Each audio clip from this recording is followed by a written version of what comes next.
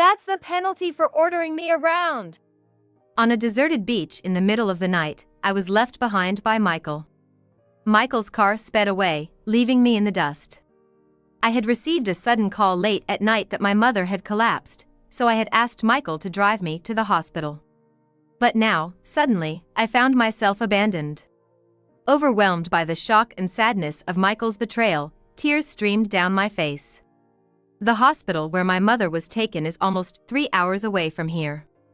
Sweaty and teary-eyed, I began to walk determinedly. Why did this have to happen to me? I remembered the days spent with Michael, but as I walked, I slowly regained my composure. And with that, the sorrow of betrayal transformed into anger. I will never forgive him. I'll make him regret doing this to me for the rest of his life. Vowing revenge on Michael, I continued on my way to the hospital. My name is Caitlin Anderson. I am a 47-year-old office worker. Ever since I was young, I've been uncomfortable around people, which led me to work at a computer-related company after college. Both of my parents raised me strictly, so I've been good at studying since I was in elementary school. But being a quiet person, I often felt looked down upon by others, leading me to prefer solitude. I get stressed out from constantly considering others' feelings, and it drains me. Throughout high school and college, I couldn't figure out what I wanted to do, but I continued my studies as my parents wanted. While most of my peers in college enjoyed events and mixers, I led a quiet school days. Yet, I made a few close friends during those times. One of them was a classmate named Susan Miller. Susan and I took many of the same classes, so we naturally started talking more. When I first met her, Susan was as unassuming and mature as I was, but as the years went on, she changed. She began wearing flashier clothes and makeup, and started hanging out with the kind of people I wasn't comfortable around.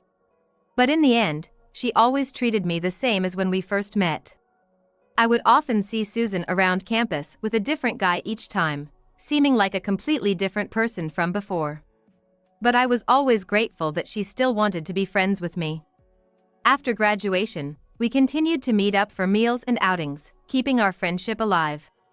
I have a few friends from my college days besides Susan, but none of them have a good impression of her. They were like, I don't want to speak ill of Susan because she's Caitlin's friend, but be careful around her. That's what everyone would always say. Things changed with Susan around the time we turned 43. Out of the blue, Susan asked if I wanted to join a mixer. Just the word mixer made me cautious, and I gently turned her down. But surprisingly, Susan was still single and was thinking of hosting a party to potentially find a spouse. At my age, I couldn't even imagine dating anyone, as I had no experience with men. I was like, I can't do a mixer at this point in my life. I said with a chuckle, and Susan replied with a serious face. I really want to find someone serious now. Don't worry, there won't be any flaky people like before. Maybe Susan was aware that I knew about her past relationships, so she emphasized that this would be a genuine gathering. Moved by her enthusiasm, I decided to attend. But there's no guarantee of finding a match, okay? You never know if there's gonna be a compatible person. I was worried about embarrassing the host, Susan, but she was delighted with my decision to attend. A few days later, the day of the gathering arrived. I dressed up, a bit out of my comfort zone, and arrived at the meeting place 30 minutes earlier than the specified time. As I waited, a bit overwhelmed by the crowd, a man approached me. Excuse me, are you here for Susan's dinner party? The man who approached me had such a youthful face that he could easily be mistaken for someone in their 20s. He mentioned he was attending through Susan's invitation. He introduced himself as Michael Anderson and was only 2 years younger than me.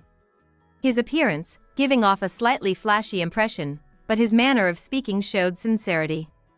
Michael, laughing about how he arrived early because of his nerves, somehow made me feel a strange kinship with him. After a while, everyone arrived, and the dinner began. I chatted with other men, but my attention was solely on Michael. Caitlin, you seem to like Michael, don't you? Susan whispered as we both went to the restroom at the same time. Later on, with Susan's help, Michael and I exchanged contact information. I was elated, but I worried it might be bothersome for him. However, Michael cheerfully suggested let's have dinner again. It seemed Susan didn't find a match at the mixer and seemed a bit down about it. I apologized multiple times, feeling guilty about being the only one who made a connection, but she just laughed it off, asking why I was saying sorry. Afterward, Michael and I went on several dates and began a relationship. It's kinda weird, right? Having no experience with men at my age? I often voiced this concern, but Michael would always hold me tight in reassurance. About 3 years later, when I was 46, Michael proposed and we got married. It still doesn't feel real that I got married, and life feels a bit surreal. Michael worked in sales at a major cosmetics company, and considering our age, we decided not to have children. I chose to continue working, supporting Michael's lifestyle. However, about 6 months into our marriage, Michael's behavior began to change. The ever-so-kind Michael started hurling verbal abuse at me. Why are you always so damn nagging? Why do I have to care about your feelings all the time? Michael, in his anger, kicked the trash can and chairs around the room. But after a while, he'd calm down, crying and apologizing. He'd say things like he's overwhelmed with work, or the pressure's building up and he's stressed out. Listening to Michael's struggles, I'd stay by his side until he felt better. Feeling guilty about discussing our problems with Susan, who introduced us, I kept everything to myself. Taking advantage of my patience and kindness, Michael's behavior escalated. He rarely came straight home after work, usually returning late at night. Whenever I'd ask him about it, he'd get angry and dismissive. Is this how all men are? With my limited experience in relationships, I couldn't help but wonder if Michael's behavior was normal. During this time, a friend from college visited my house. That's just not right, no matter how you look at it. As I laughed and talked about my married life, my friend said that to me with a serious face. But he's usually so kind, you know? After he gets like that, he apologizes. Hearing this, my friend just shook her head in disbelief and said, Caitlin, he's taking you for granted because you don't speak up. If you keep letting it go on, he's gonna walk all over you and it'll be too late to do anything about it. But Michael has never been physically violent to me. He's tired from work every day. Isn't it okay for him to let loose a bit when he comes home? If I nag too much, Michael, who chose to marry someone like me, might end up disliking me. I gave my friend a brief reply and pondered if there was something I might have done wrong. A few days later, I decided to open up to Susan about my life with Michael. His late nights, his tantrums and harsh words when he's in a bad mood. Oh, many guys do that. He is probably just jealous of you and that's why he's saying such things. Susan's answer was exactly what I was hoping for. Everyone has their struggles in marriage. I want Michael, who chose someone like me, to live as comfortably as possible. All it takes is a bit of patience on my part. I was grateful to Susan for listening to my troubles and decided to do my best to be a good wife.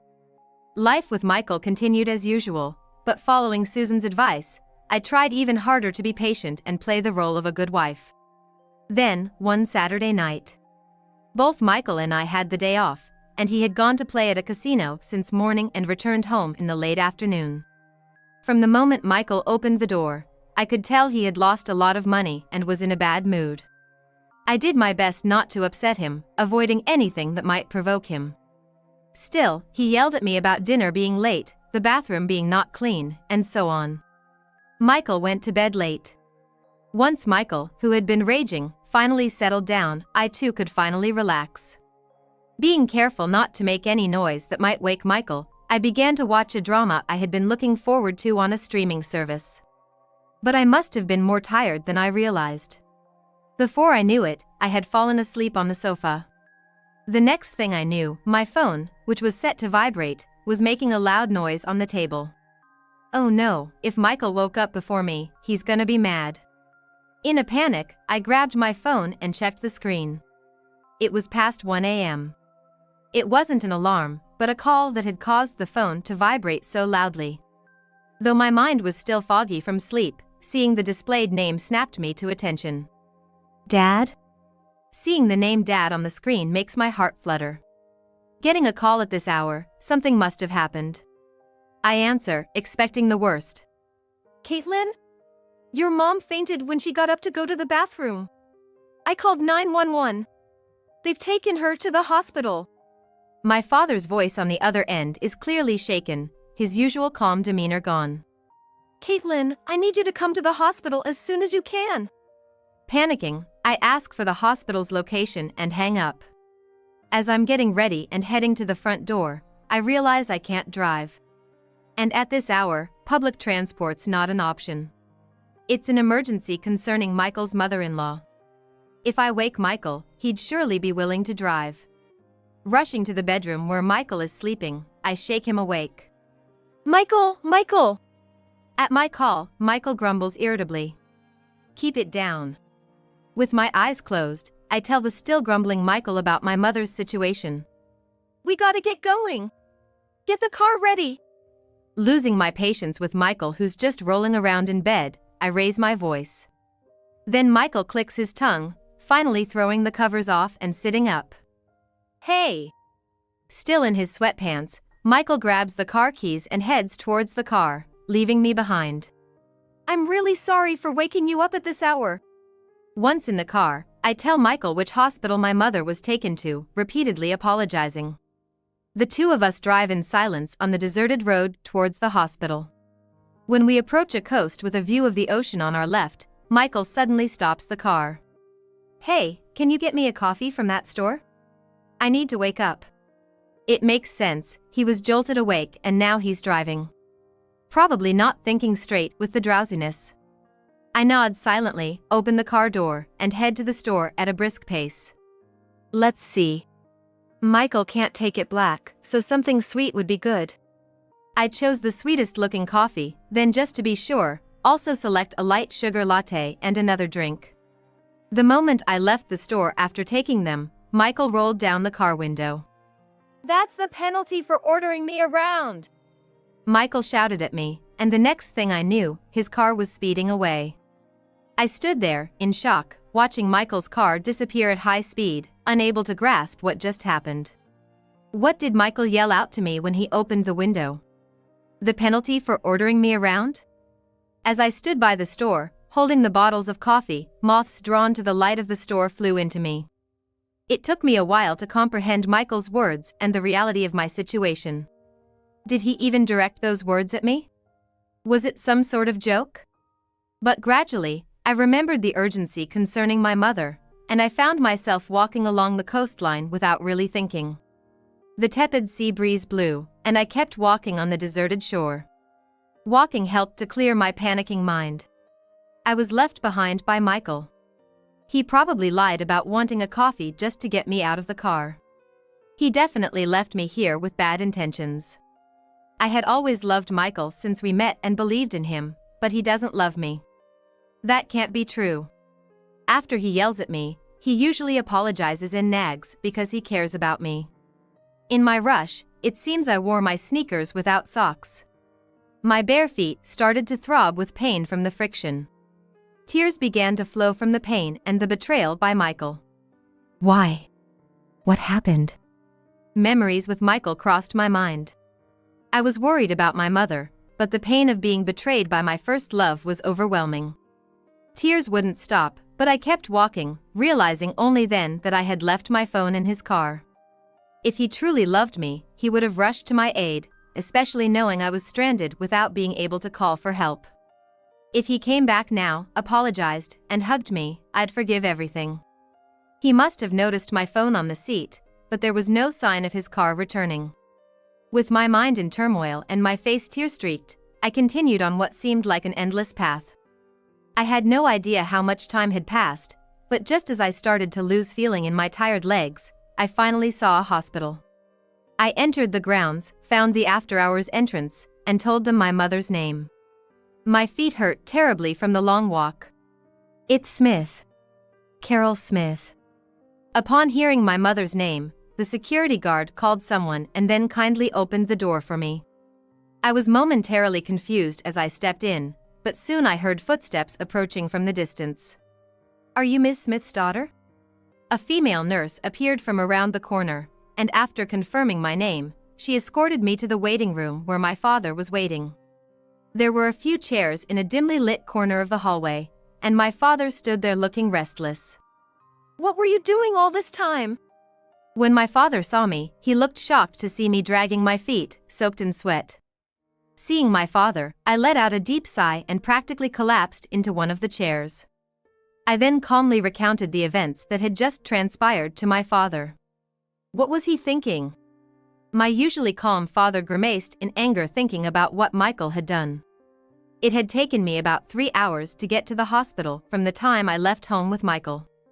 The anger and disappointment towards Michael were significant, but I was also worried about my mother's condition. My father, who was initially too shocked by the sight of his battered daughter to notice his surroundings, finally informed me about my mother's situation.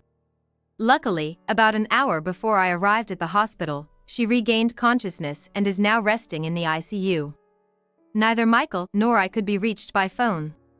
Fearing that something might have happened to the both of us, my father had been quite worried. As I talked with my father, I could feel my affection for Michael gradually waning. When I get home, I'm gonna tell him off for sure. The discomfort I had been feeling all this time was justified. I felt incredibly foolish and pathetic for letting a man like that control me, but now I've finally woken up. I decided to break up with Michael and waited for my mother's condition to stabilize. While my father and I sat on the chairs in the hallway, my father's cell phone rang. Yes. Exactly. My father answered the call with a brief look of surprise, but then nodded as he listened. Well, both my daughter and I are here. After hanging up, my father turned to me and began to speak. It seems Michael was brought here. I unintentionally let out a strange cry and stared into my father's eyes. The call was from the hospital, informing that soon after my arrival, Michael had been urgently admitted. Apparently, after leaving me behind, Michael had gone home with a lot of alcohol. In his drunken state, he had a bad fall down the stairs, and when the ambulance arrived, they found Michael covered in blood. Rather than being concerned about Michael, I was simply astonished. Leaving his wife in the middle of nowhere in the middle of the night and then this. Knowing that his mother-in-law was taken to the hospital, yet he was casually having a drinking party. I felt so ashamed and embarrassed to have lived with such a man. I heard Michael had been treated and taken to a ward. Seeing me, he'd probably blame everything on me. Even though I used to love him so much, now I can only think about the things I dislike about him. I'd be embarrassed to be thought of as the wife of such a man by the hospital staff. With a heavy heart, I went to the reception desk, asked for Michael's room, and then went alone to visit him. Lying on the bed, with bandages wrapped around his head and body, was Michael. As soon as he saw me enter, he opened his mouth, anger evident in his eyes. Despite his pitiful state, I could tell he was trying to use me as an outlet for his stress.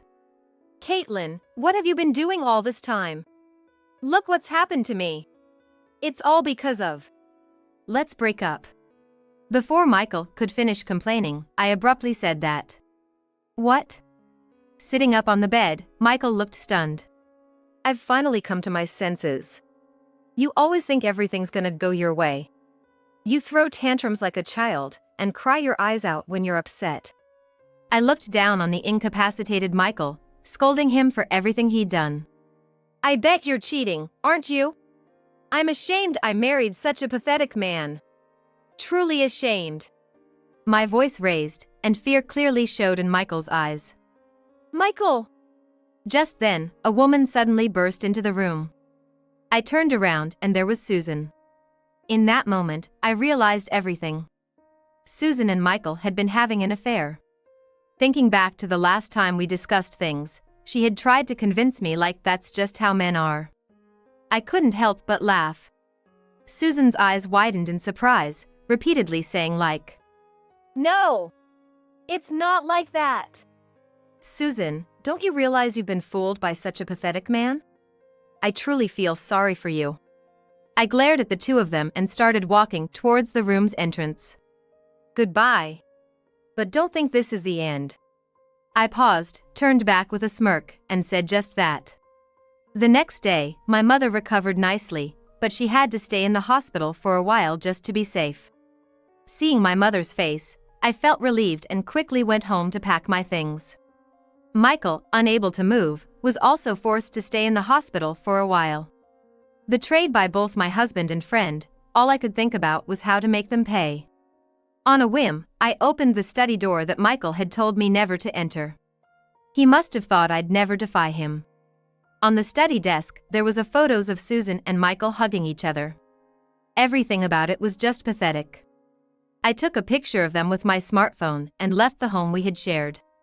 Once back at my parents' house, I put my stuff down and headed to a law firm a friend had recommended. The attorney, known for handling divorce and disputes between couples, smiled with satisfaction when I told him everything and showed him the photos of Michael and Susan. "We have more than enough evidence. They both are gonna regret this for the rest of their lives." I felt a chill at my own calmness, but fueled by past betrayals, I decided on my next move. Early the next morning, I received a call from Michael. What the hell did you do? They fired me from my job. I could almost see Michael sobbing and yelling on the other side of the phone. The truth was, I had called Michael's company pretending to be a concerned wife. I'm not sure if my husband informed you, but, embarrassingly, he got drunk, caused a scene and fell down some stairs. What? No, it wasn't a car accident. Yes, Michael had lied to his company about being in a car accident and being hospitalized. Knowing this, I pretended not to know and contacted his workplace. I knew that once they realized it was a false report, they'd dig deeper, which was what I had anticipated.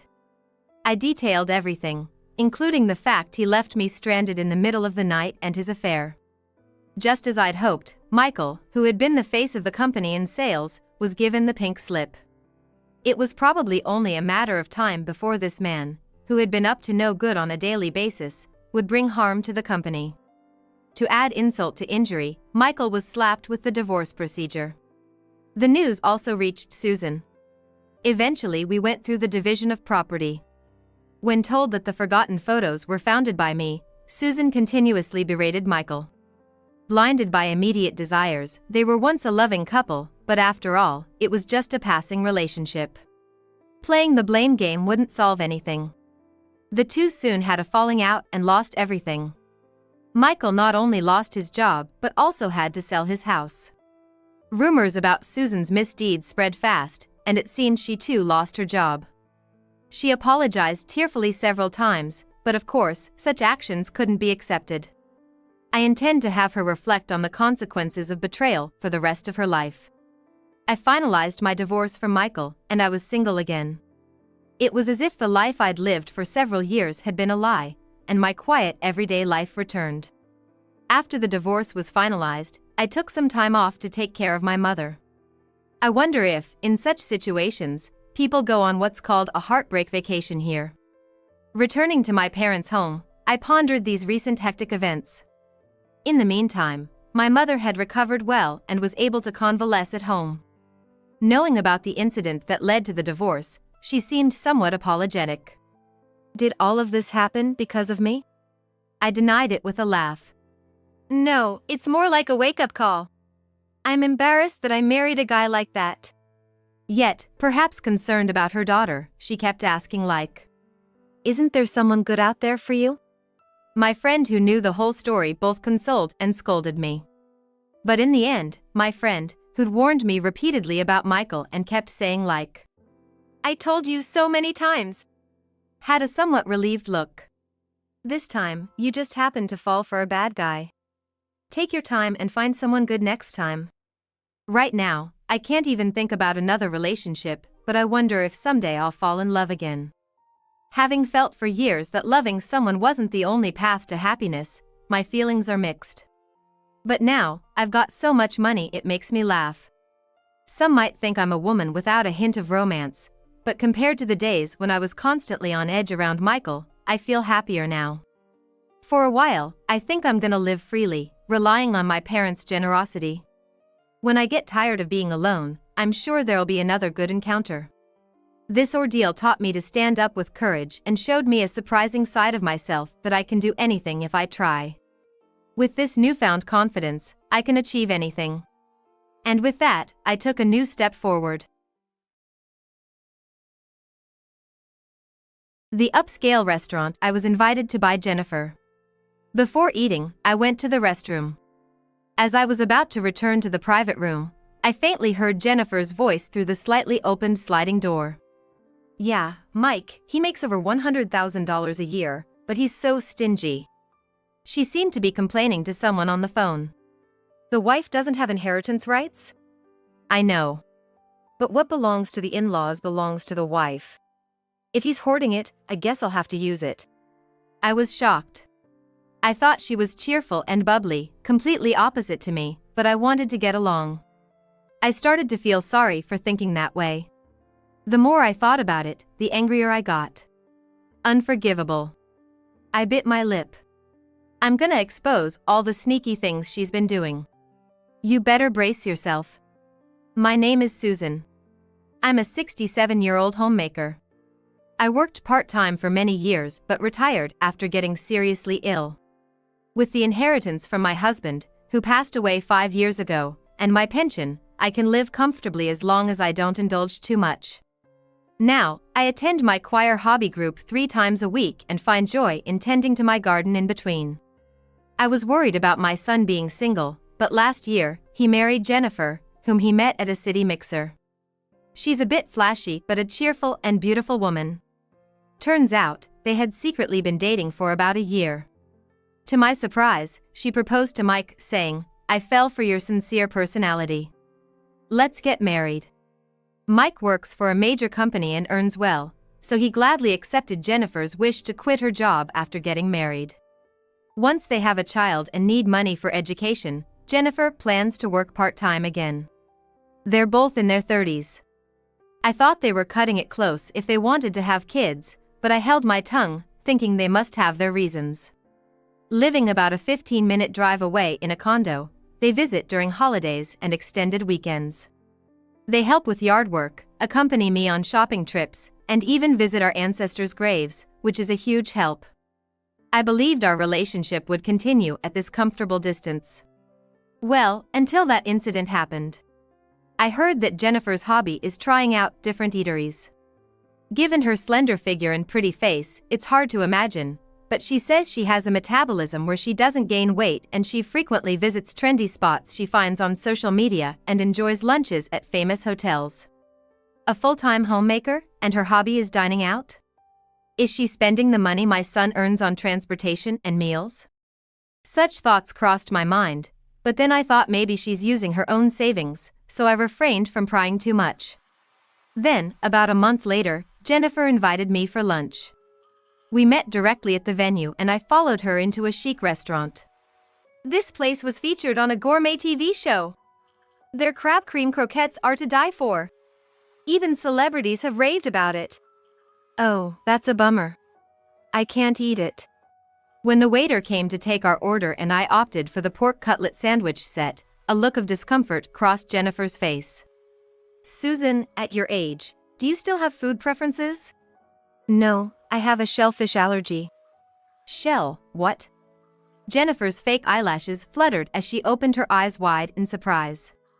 I'm allergic to things like crab and shrimp. If I eat them, I get hives or stomach aches. It started suddenly when I became an adult. Can't you just keep eating and eventually get over it? No way. If I have a severe reaction, it could be life-threatening. Oh, sounds like a hassle. I was irked by Jennifer's comment, but more than that, I was dumbfounded by her lack of knowledge. I assumed someone from the younger generation would be more informed. Maybe she's uninformed because she doesn't have kids. However, that wasn't the end of it. It seemed like Jennifer had no intention of remembering my allergy. Despite mentioning it multiple times, she'd forget and offer me dishes with crab or shrimp. Once, during a meal out with my son included, she tried to order a shrimp fry set on my behalf, and another time, she served shrimp gratin when I visited her home. Jennifer, remember my mom has a shellfish allergy. She can't eat crab or shrimp. When Mike would gently remind her, Jennifer would look sad, her eyebrows drooping, and let out a sigh. I made it especially for Susan. I'm sorry. I'll eat it later. Such conversations became a regular occurrence. And every time as I was leaving, Mike would apologize. I'm sorry, Mom. Jennifer's forgetful. I owe her so much for her cheerful personality, so it's hard to confront her. I was like, I'm the one who should apologize. When Mike apologizes to me, I just can't find it in me to complain. I'd reply, forcing a smile and apologizing even when I'd done nothing wrong. After a year, Jennifer, who finally remembered that I have a shellfish allergy, began to frequently invite me out for meals. I've heard that Mike, who's busy with work, often has dinner with his juniors and colleagues. Probably she doesn't want to eat alone, which is why she invited me. While I appreciate the invitations, it's problematic when she drops by unannounced. Even though I've retired from my job, I still have commitments and plans. Especially on my choir practice days, I have to send Jennifer away. Mondays, Wednesdays, and Fridays, and when there's a tournament or a music performance coming up, there's practice on weekends and holidays too. So, I really wish she'd call before coming. I've told her countless times, but Jennifer always pops in unexpectedly. The other day, she confronted me loudly at the front door. Who's more important to you, me or your choir? Obviously, the choir. I almost blurted out that, but I held back and ambiguously smiled, saying, I'm sorry, and started my car.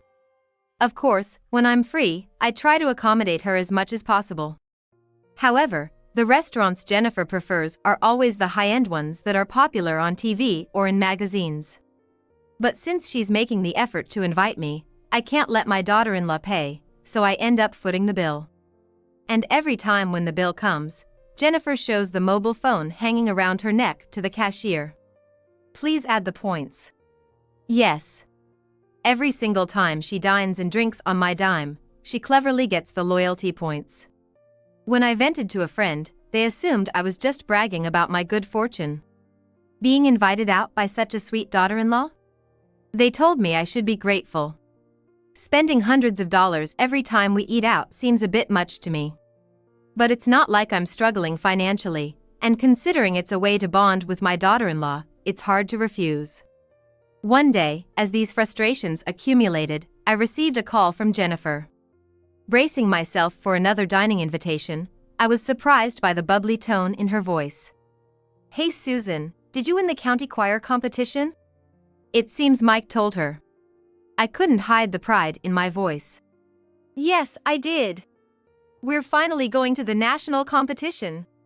That's great. That's impressive. Thank you. I couldn't help but smile. It's always nice to hear words of congratulations. Then Jennifer made a surprising offer. Why don't we celebrate at a nice restaurant? And don't worry, it's on us. That's sweet of you. Are you sure? You don't have to do this. Given her usual choice of upscale places, when Jennifer mentions a nice restaurant, I can't help but think she'll pick somewhere super fancy, and it gets me all jittery. It's all good. How about Le Rouge Aurora, the gourmet restaurant near the next station? I hesitated for a moment. Sensing that, Jennifer said with a chuckle. They don't just have crab dishes there. I've heard from friends that their French cuisine is exquisite. I'll send you some pictures now, let me know what you think. All right. My phone dinged as Jennifer sent over the images. My eyes widened in delight. Escargots in garlic butter, duck confit, and steak frites with béarnaise sauce. Each gourmet dish looked mouth-wateringly delicious. I replied to Jennifer that I'd be happy to try them out, and she sent back a smiling emoji saying she'd book a table for the three of us. I had already celebrated with my choir group, but getting to celebrate with family was unexpected. The bad impression I had of Jennifer started to fade, and I eagerly counted down the days. On the day, I met Jennifer near the station. Mike's gonna be late because of work. If our order arrives first, go ahead and start without him. Okay. It must be tough working on weekends. Walking down the brightly lit street filled with restaurants, we arrived at a restaurant with an elegant and exclusive atmosphere. It was the restaurant we had booked. Upon entering and stating our reservation, we were guided to a private room. On the wall was a classic French painting, and through the window, a beautiful view of a French-style garden could be seen. The room had an old-world elegance typical of a traditional French manor. Susan, do you need to use the restroom? Yes, I'll go ahead. I placed my purse down and got up. A few years ago, after a certain illness, I had told Jennifer I needed to frequent the bathroom more. As I was about to return to our private room from the restroom, I heard Jennifer's voice through the slightly opened sliding door. Right, even though Mike earns over $100,000 a year, he's such a miser. I couldn't believe what I was hearing. It sounded like she was complaining to someone over the phone. I hid behind the sliding door, trying to listen in more. I know a wife doesn't have inheritance rights, but whatever his parents own is mine too. If they're saving up, I might as well spend it. I was frozen in shock when someone gently tapped on my shoulder. I turned around, stifling a scream. A woman in an elegant evening gown gestured for me to be quiet. It was the restaurant owner I'd seen in their official video. She gestured towards a different private room further back, leading the way. Once inside, she, with her elegantly poised fingers, closed the door and with a tense expression shared something with me. Ms. White, please get out of here right now. Huh? Looking surprised, she spoke to me with a serious expression. I know it's presumptuous to ask you to trust a stranger like me. But everything I'm about to tell you is the truth. Okay. Actually, Jennifer White visited our place with an acquaintance of mine in the past. The restaurant owner then told me about the conversation she overheard at that time. I listened with a mix of skepticism and belief, and was left speechless by the shocking revelation. As I processed the information, anger began to bubble up within me. So, Jennifer had planned this all along. Unforgivable. I bit my lip. I'm gonna expose everything she's been doing behind the scenes. She better be ready. Still shaken by the restaurant owner's story, I left my private room, headed straight for the entrance, and walked out. On my way home, I called the police for advice, which eased my anxiety a bit. After arriving home, I acted like I knew nothing and contacted Jennifer. I'm sorry. I felt sick, so I had to leave early. That throws off my plans. Oh, never mind. Her hurried attempt to play it off convinced me that the restaurant owner's words must be true. To my surprise, I was disappointed. I guess a part of me wanted to believe her.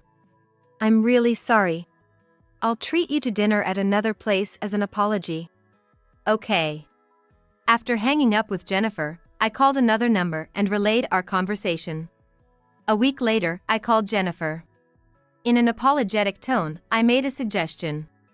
I'm really sorry about the other day. As an apology, how about dinner at the popular beef bourguignon restaurant, Le Fleur? Wait, you got a reservation at Le Fleur? Awesome! I could hear Jennifer's excitement over the phone. What's going on? Suddenly, a young man's voice came from her end. It seems like someone is with Jennifer. We're getting a free meal at Le Fleur. No way. That's cool. Jennifer, are you with a friend? Oops, yeah. I'm having dinner with a friend. Let me know the details later. Looking forward to it. After the call ended, I held onto my phone for a while. Oh, I'm looking forward to it, too. With a smirk, I whispered to myself. A month later, right on time for our rendezvous, I met up with Jennifer and entered a restaurant. It had a different vibe from the traditional diners, cooler and more stylish.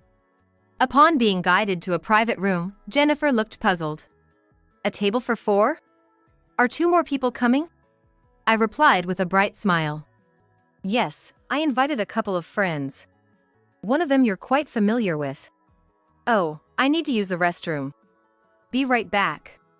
Just like the last time, I left my purse in the room and stepped out briefly. Jennifer seemed concerned about the other patrons at first, but as soon as the lavish meal was served, she seemed completely captivated by it. Her eyes lit up, and she licked her lips in anticipation. This is my first time eating this. The crispy coating and the fatty part are exquisite. It's completely different from the pork cutlets in ordinary restaurants. The vegetable cream soup with the herbs is delicious too. After such a conversation, just as we were about to dig into the main course, beef bourguignon, there was a soft knock and the wooden door opened. As Jennifer was poking the vibrant ruby red beef with her fork, she reflexively looked towards the door and exclaimed in surprise. Bob? Why are you here? You invited me here, didn't you? Promised me some premium beef bourguignon. I didn't call you. Who's that woman with you? Standing next to the young man was the restaurant owner from the restaurant I had visited a few days ago. I didn't invite her. Come on, Sarah, explain. The restaurant owner stepped forward in front of an anxious Bob and gracefully bowed her head. Nice to meet you, Jennifer. I'm Sarah, Bob's ex-girlfriend. Thank you for visiting our restaurant twice. Oh, I see. You're the restaurant owner from that place we went to the other day. Yes, I invited Bob.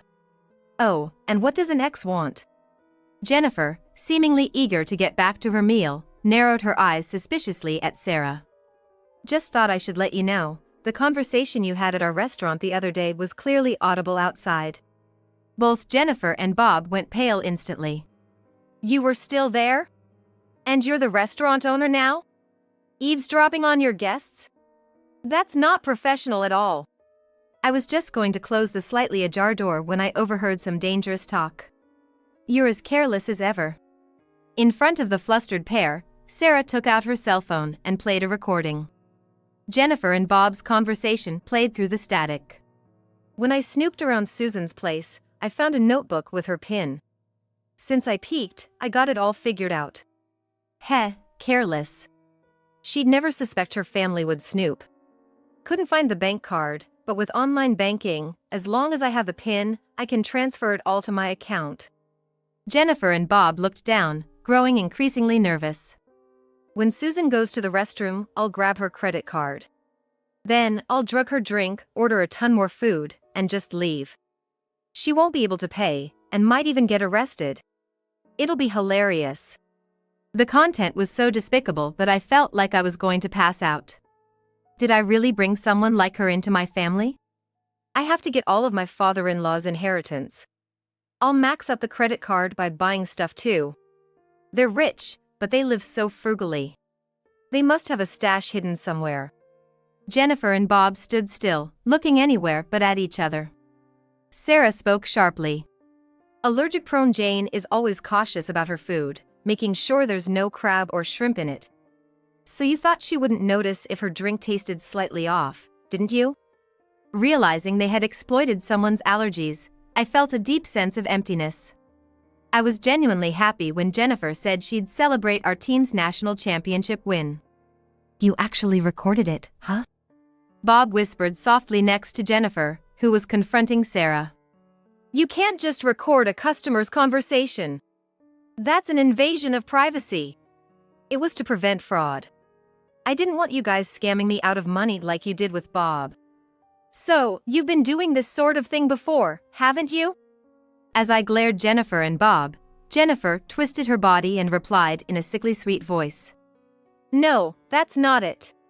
Bob was being pestered by this woman, so I just tried to help him out. Plus, I didn't do anything to you, Susan. The conversation with Bob was just a joke. Oh really?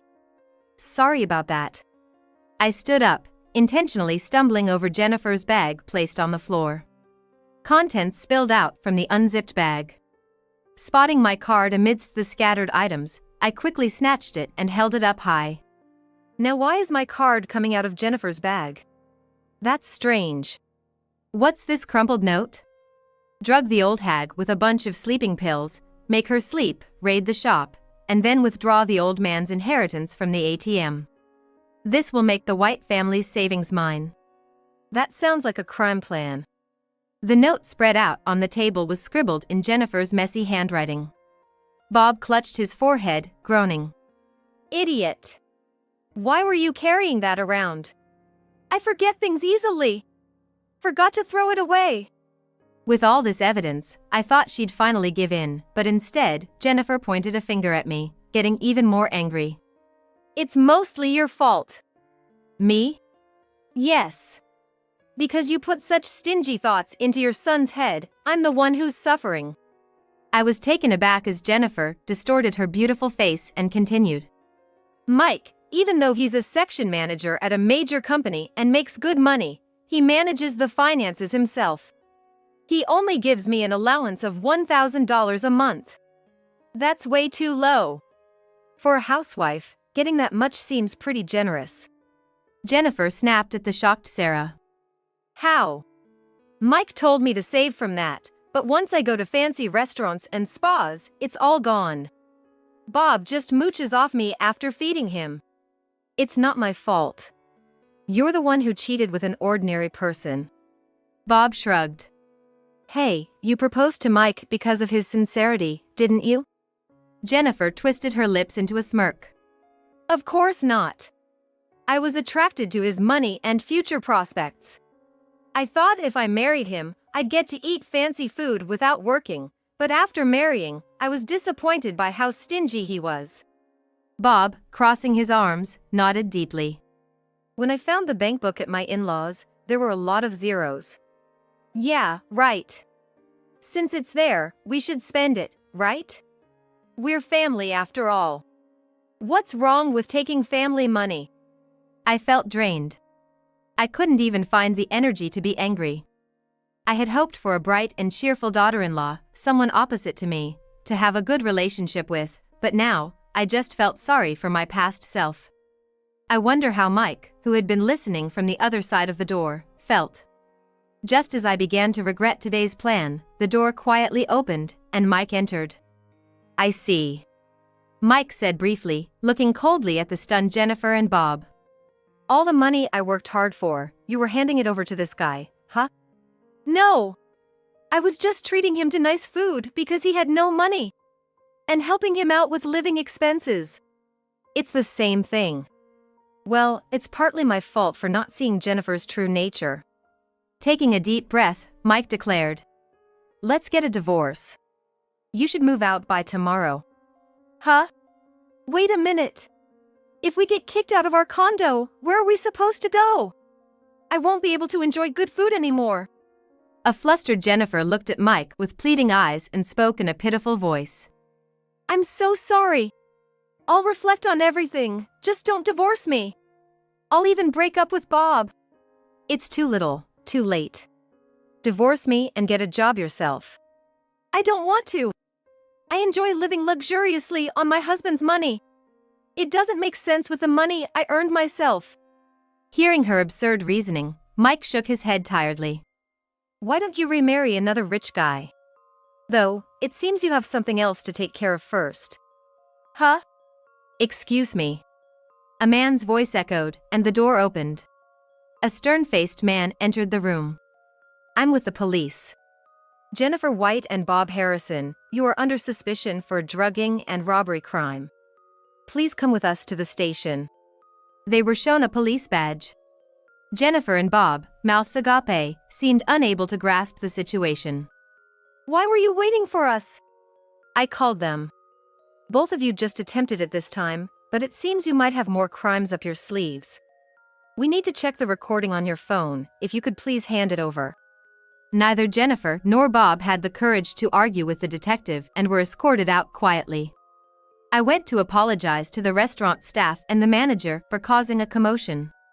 Actually, I had reserved the entire place so as not to disturb other guests. Mike, Sarah, and I returned to our table and enjoyed our meal from the main beef dish to dessert, savoring even Jennifer and Bob's portions. We left the restaurant both full and satisfied. When the police investigated Jennifer and Bob, it turned out they had many past crimes. The pair would use their partner's credit cards without permission, get them drunk to learn their PINs, and then run off with money from their bank accounts. Their modus operandi seemed to be working somewhere while looking for targets, robbing them, then quitting their job and moving to another place. There were already reports filed against them, but with lack of hard evidence and their frequent moves across the country, they managed to avoid detection. But this time, they finally got caught. The two were sentenced to prison, and naturally, Mike and Jennifer divorced. Even when Jennifer is released, she's gonna have to keep paying for her sins. After the property split, including the value of the condo and cars, she's left with $20,000. For someone who finds working diligently unbearable, it's a daunting amount. I hope Jennifer will change her ways and lead a decent life from now on. Seeing the shock Mike experienced from this incident, I purposely avoided mentioning it. Especially right after, he was deeply depressed, saying, "It's because I was so engrossed in work that I gave them an opening." I even troubled my mom. However, being assigned to manage a new project at work helped him regain his spirits. And 3 years later, Mike brought his fiancée home. She was a simple, kind-looking woman. They had reconnected at a high school reunion. Knowing her background was reassuring. I genuinely hope Mike finds happiness this time. Since the incident, I occasionally meet up with Sarah to chat. Though she's younger, we share similar tastes in books and movies, so we get along. I reserve her place for our choir group parties and invite her to our performances. We've maintained a friendly relationship. Sadly, we finished in 5th place in the national competition, but we've set a new goal to make it into the top 3 next time. I want to continue living modestly, fully enjoy my hobbies and social life, and lead a life true to myself. Catherine and Dave are on our side. Besides, they'll be gone soon anyway. My hand froze at those words. Hey, you really gonna do this? Do it? That sounds awful. It's an accident, just an accident. John and his wife, Jane, were so engrossed in their conversation that they didn't even notice I was there. My younger son's wife said to me, "Please call the police immediately, Catherine." I immediately dialed 911. I'm Catherine Johnson. I just turned 71 last month. I've spent 50 years as a homemaker alongside my husband. Thankfully, we've had a joyful journey together. We've been blessed with 2 sons. It might seem ordinary, but I truly consider it a blessing. My husband, Dave, is the 2nd-generation owner of a small wholesale company. He took over the company his father founded 20 years ago.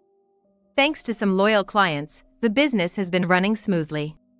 Now, both our sons work at the company as executive vice presidents. Our eldest, John, graduated from a renowned university here in the US. He's always been top of his class and other moms often praised him. I was always so proud during parent-teacher conferences. Even in college, he worked hard and graduated as the valedictorian. After that, he joined our family business, which at the time was led by my father-in-law. He was always a bit too serious, and never seemed to understand how to approach women, so I was worried about his love life. But then, about 10 years ago, he introduced us to a lovely woman named Jane.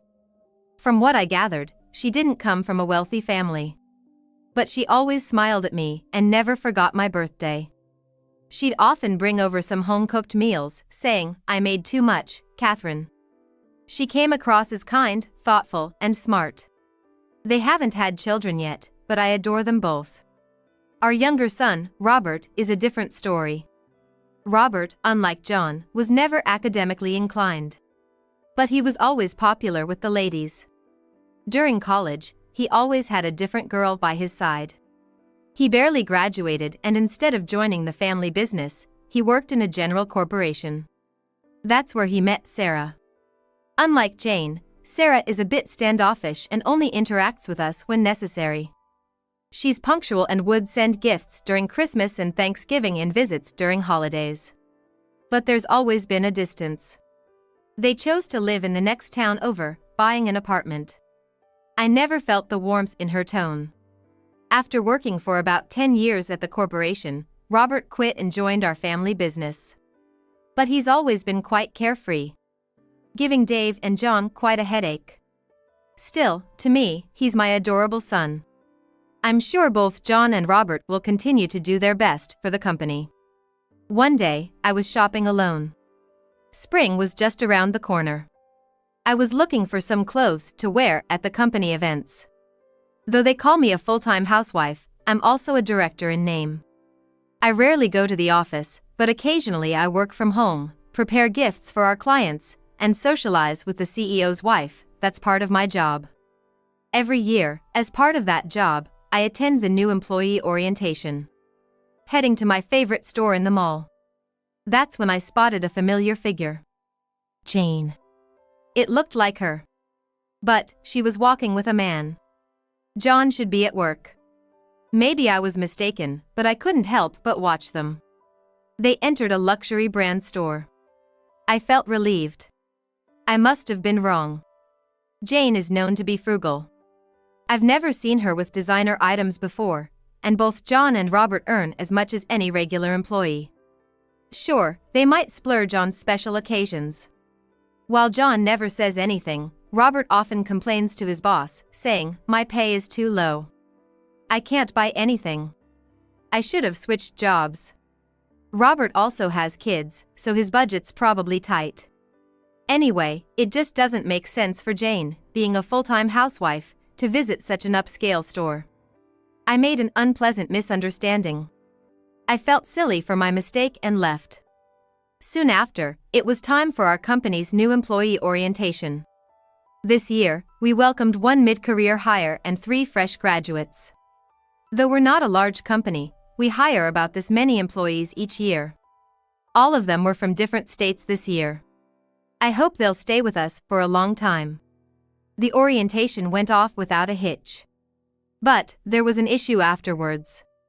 As I approached the CEO's office, I heard Robert arguing with my husband. "This doesn't make sense. You must have done something." Robert, face red with anger, was confronting my husband. John was trying to calm him down. "What's going on?" I hurriedly asked. "The accounts don't add up," Robert shouted. "The accounts?" I was clueless. I asked her for more details. He explained the discrepancy in detail. "You must have skimmed off the top," my husband shot back. Robert retorted. "Don't be stupid. This is why I can't stand second-generation CEOs. What's that supposed to mean?" The argument between my husband and Robert was heating up. "Enough is enough." At that moment, John's voice rang out. "I'll look into the numbers. Both of you, just stop it. If other employees hear about this, it'll only cause unnecessary anxiety. Don't discuss such matters here." John told them. You can always rely on the eldest. I was impressed by John's handling of the situation. Both my husband and Robert fell silent. I knew we could count on John. A few days later, John reportedly spoke to my husband. "There was nothing suspicious in the ledger, but there was one instance of double payment. I quickly contacted the other party, and they agreed to adjust it for next month's balance. I think that's probably why Robert felt something was off. Thanks to him, we caught the error." Dave was clearly impressed by John's words. The brilliance with which he could discuss such a misunderstanding was noteworthy. He truly was an exceptional son, so much so that sometimes Dave wondered if he really was his own. With the busy rush of April and their earlier disagreement behind them, I was dining out with Dave. It had been a while since we enjoyed a meal together. We decided to splurge a bit and went to the top-rated sushi restaurant in the area that had recently earned a Michelin star. The dazzling dishes were a treat to the eyes. "Pretty soon, John and Robert should be thinking about treating their families to places like this," I said, enjoying the meal. "Nah, John, sure, but it's too soon for Robert," Dave replied. "But Robert did mention that he's struggling with 3 kids and a low salary, didn't he? If he worked as hard as John, I might consider it," Dave said, brushing off my concern with a laugh. "Oh, come on," I retorted, slightly annoyed. As the meal progressed, our stomachs became full. "We will bring out the dessert shortly," the waiter informed us before retreating. Dave sipped his tea, looking satisfied. "Oh, I've got a call. I'll be right back," he said, checking his phone.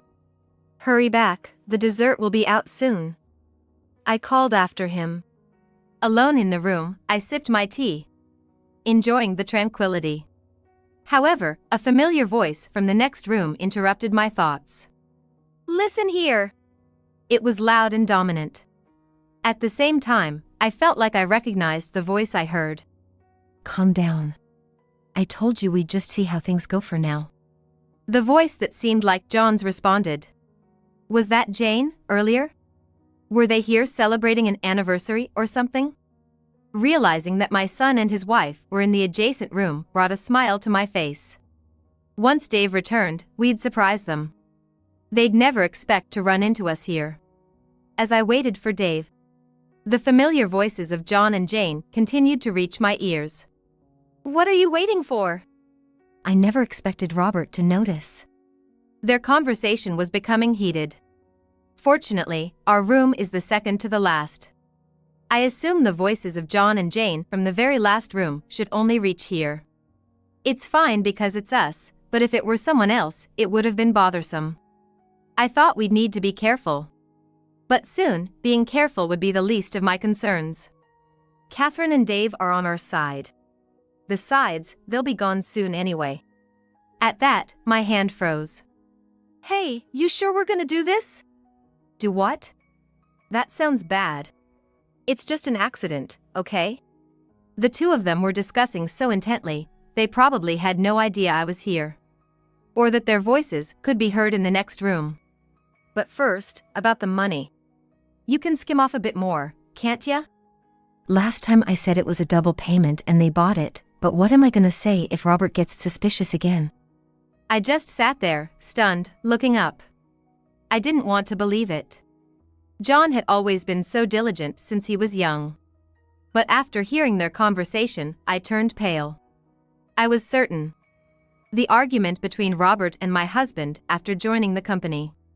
It was all because of these two. They had been embezzling company funds. With trembling hands, I called my husband. But either he was on another call or just didn't pick up. Someone I could trust. With that thought, I dialed my phone again. Yes. The person answered the phone right away. Robert? Where are you now? Please come over immediately. Robert, my second son. He must have noticed something was off by the tone of my voice. I'll be right there, he said and hung up. In less than 5 minutes, my husband arrived with Robert and his wife, Sarah. It seems they met outside. He probably told her that I had called for him. What happened? Robert said you called for him. I silenced my husband by placing my index finger to my lips with a shush. The ice cream dessert that had arrived while my husband was on the phone was now melting. I silently pointed to the room next door. The three exchanged glances. They all sat down quietly, focusing on the voices coming from the neighboring room. While my husband was away, I was alone, eavesdropping on a terrifying conversation next door. Time passed, but the two continued their conversation without stopping. The only time the conversation paused was when the waiter brought in their food. And then it would start again. Hearing about John's betrayal and its contents, I felt like I was going to faint. Jane? Sarah whispered. Hearing the voice from next door, my husband, Robert, and Sarah must have figured out who was there. That's why, daffodils. You know, if you confuse them with leeks, it can lead to accidents. Jane's voice was audible. The three probably didn't quite grasp the content yet. At the very least, she'll be hospitalized for a while. If we're lucky, there will be a funeral. So, we have to make sure no one finds out about the embezzlement until then. Robert let out a small, puzzled what? So, maybe we could just wait and see? John's voice was also heard. This conversation had been going on for a while. No way! We can't stop the flow of money! Jane countered John. If they find out, they won't let me take over the company. There's no way they'll find out. Or, before they do? They probably realized that this wasn't just an ordinary conversation. Sarah quickly activated the voice recorder on her smartphone. My husband remained silent, not saying a word. Robert was trembling. So, daffodils. That explains why you're planted in the garden. Yes, that's the reason. I've been bringing in dishes, and it seems they love my cooking. Even if it tastes a bit off, they'll just think it's a culinary mistake and eat it, right? I realized the true intentions behind their plans. I wonder what I should make. Scrambled eggs with leeks? They have to eat a lot of it. I wonder how much insurance money they have. Jane's cheerful voice was followed by loud laughter. Knowing my dad, he's got a hefty policy. I'll finally be the CEO. It was worth staying quiet and listening to them all this time. John's smug voice. Robert, consumed by anger, stood up. My husband didn't try to stop him. No! The one who stopped him was Sarah. Why? I asked Sarah. She seemed indifferent. She hasn't been very close with us, so maybe it felt like it didn't concern her. But Sarah calmly replied. If we confront them now, it'll play right into their hands. I'm sure both you and your husband would be swayed by John and Jane. My husband and I remained silent. So, what are we supposed to do? They're planning to poison my dad and mom. Robert exclaimed. To which Sarah responded. It's okay. We have evidence. So please, call the police right away. What? I hesitated at her words. Isn't involving the police a bit much? This is a clear case of embezzlement. And they are planning something dangerous. It's a crime. If we let it continue, both you and your husband might. But Sarah's words snapped me back to reality. Right, if we keep this up. The thought sent shivers down my spine. I hurriedly called the police. Sarah explained the situation to the restaurant staff and arranged for our meals to be served slower so that the two wouldn't flee. She also apologized for any inconvenience caused. Without her, Robert, in his heated state, would have probably confronted the couple in the next booth, and I, shocked and drained, would have likely forgiven them without doing anything. After a while, the sound of a police siren could be heard. Upon hearing it, Sarah went outside to guide the police. She told the three of us to wait inside as we probably wouldn't remain calm. We heard voices of Sarah and the police officers. Then, they opened the door to the neighboring room. What's going on? Jane's voice rang out. Sarah? It seemed the couple finally noticed her. John, Jane, I've heard your side of the story. I called the police because I thought it was necessary. Let's discuss this at the station to avoid causing more trouble here, said Sarah in her calm and composed voice, which never sounded more reassuring. What are you talking about? We were just having a regular conversation. Just imagine what my in-laws would say if they knew about this. They probably thought Sarah acted on her own. They mentioned us in their complaints, loudly objecting. Just because Robert isn't becoming the CEO, you called the cops to frame John? Don't lash out on us, Jane shouted. Hearing this from next door, my husband stood up. Dad. Robert turned to look at him. The argument in the neighboring room continued. For now, let's move, suggested Sarah. Following her, an officer asked, would you mind coming with us voluntarily? I don't want to. I haven't done anything wrong, Jane exclaimed. Exactly. No need to go, John added. Oh really? I thought you had some excuse. Anyway, we're going to the police station now to file a complaint. Shall we go? Sarah said that. She must have called out to the police. Both of them don't seem to be feeling remorseful. We had to get up and go to the police station ourselves. I stumbled a bit. Robert was there to support me. Mom, you okay? Yes. Robert had been quite a handful in the past, but he's grown so dependable now.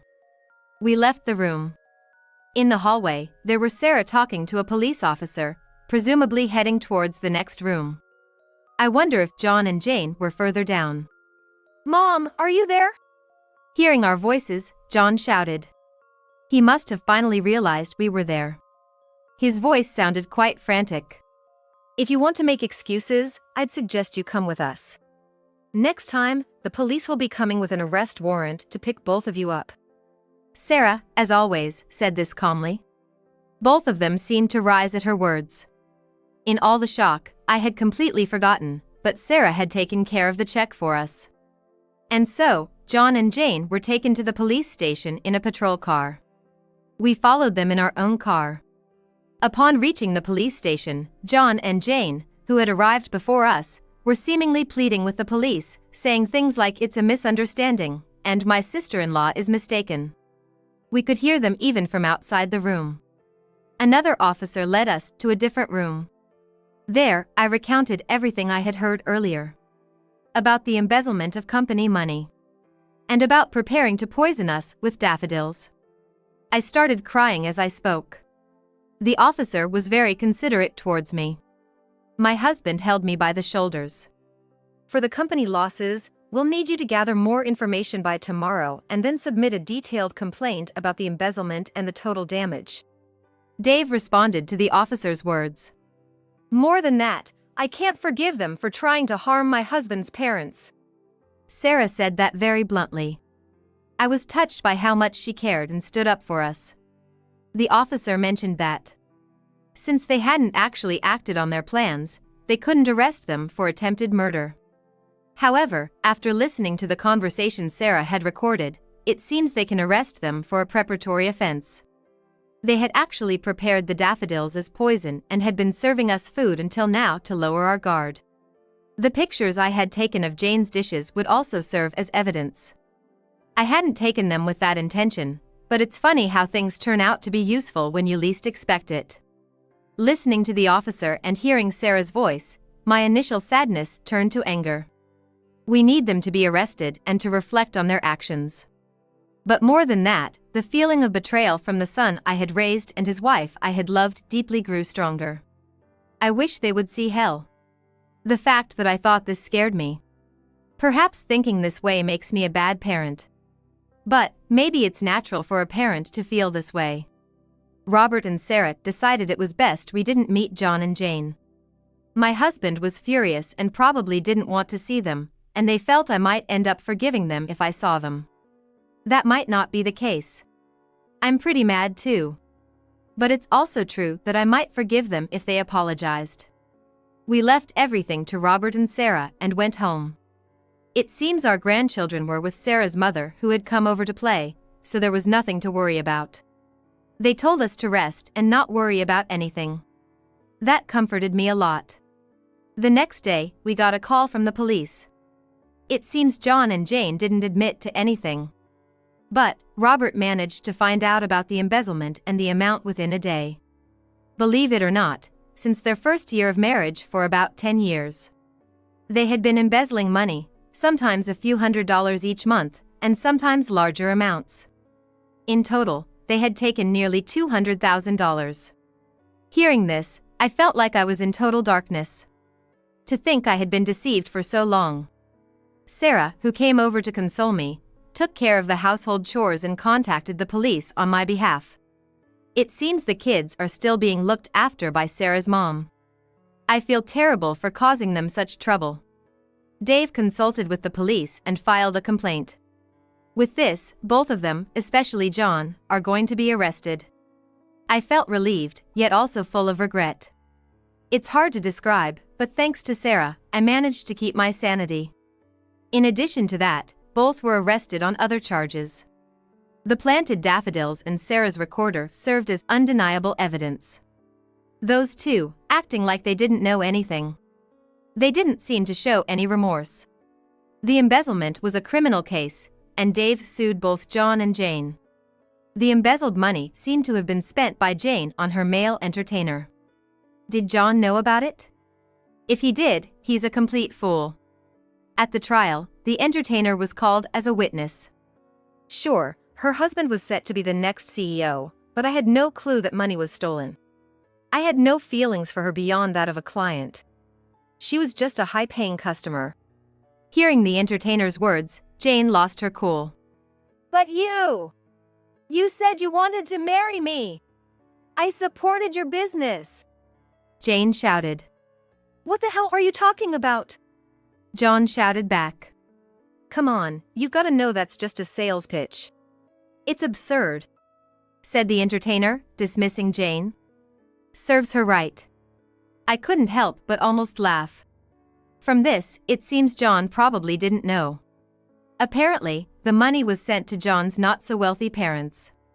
What a fool, caught by such a silly woman. In the end, both were found guilty. As for Jane, she even got rejected by her beloved entertainer in front of everyone. After the trial, both Sarah and Dave were laughing out loud. Truly, what goes around comes around. I remember seeing Jane at a luxury store before. The man next to her must have been that entertainer. I wish I'd realized then, but well, all's well that ends well. The two were also indicted on other charges. With all the evidence stacked against them, their excuses didn't hold up. Of course, they were found guilty. While they were granted probation for these charges, they received actual prison sentences for the embezzlement. John cried and apologized to me. But I had no intention of forgiving him. He was fired from the company. All insurances and such were changed to have Dave as the beneficiary. My husband made it clear that he's making Dave his successor. John, now jobless, divorced Jane in prison. It's good that he's free from such a woman. I don't want anything to do with John anymore, but blood ties can't be severed. The police said family should support him to prevent reoffending, but John's an adult and that woman's out of the picture. I'm sure he can manage on his own without relying on elderly parents. Trust doesn't come back easily. I don't think I'll ever be able to trust John again in my lifetime. Afterwards, Robert took over my husband's job as his successor. I really owe Sarah a lot. If not for her, this matter might not have been resolved. To show my gratitude, I visited Sarah's home. Granny. My grandchildren ran to me with joy. Sarah said, "Sorry for the mess," and led me to the living room. It had been a while since I visited their house. But it looked tidy, hardly a mess. I was delighted to see a photo of my 3 grandkids, myself, and my husband displayed. "Sarah, I can't thank you enough." I expressed my gratitude. Oh, I've just done what's expected of me, really. Sarah always said this in her usual calm manner. "You know, I used to be uncomfortable around you, Sarah. You never really tried to get close to us, did you?" "That's why," I murmured softly. I knew you felt that way. But that's okay. Sarah responded. I truly care about the both of you. Sometimes, when personal emotions get involved, they might cause discomfort. That's why I believe it's important to maintain a certain distance. It's all for valuing the two of you. Her words deeply resonated with me. Jane always tried to butter me up, and I was foolish enough to dote on her. But I was truly foolish not to notice Sarah's sincere feelings towards us. Granny, look! A gift! My youngest grandchild, Anne, exclaimed and handed me a folded paper. I made it with Mommy before you came. I told her I wanted to make you a present and she helped me. The small origami wasn't perfect, with some edges misaligned. But I cherished that simple piece of art dearly. Oh, and thank you. Granny is really happy. I'll treasure it. My words seemed to delight Anne. I'm glad Robert married Sarah. With her around, I know Robert and my grandchild are in good hands.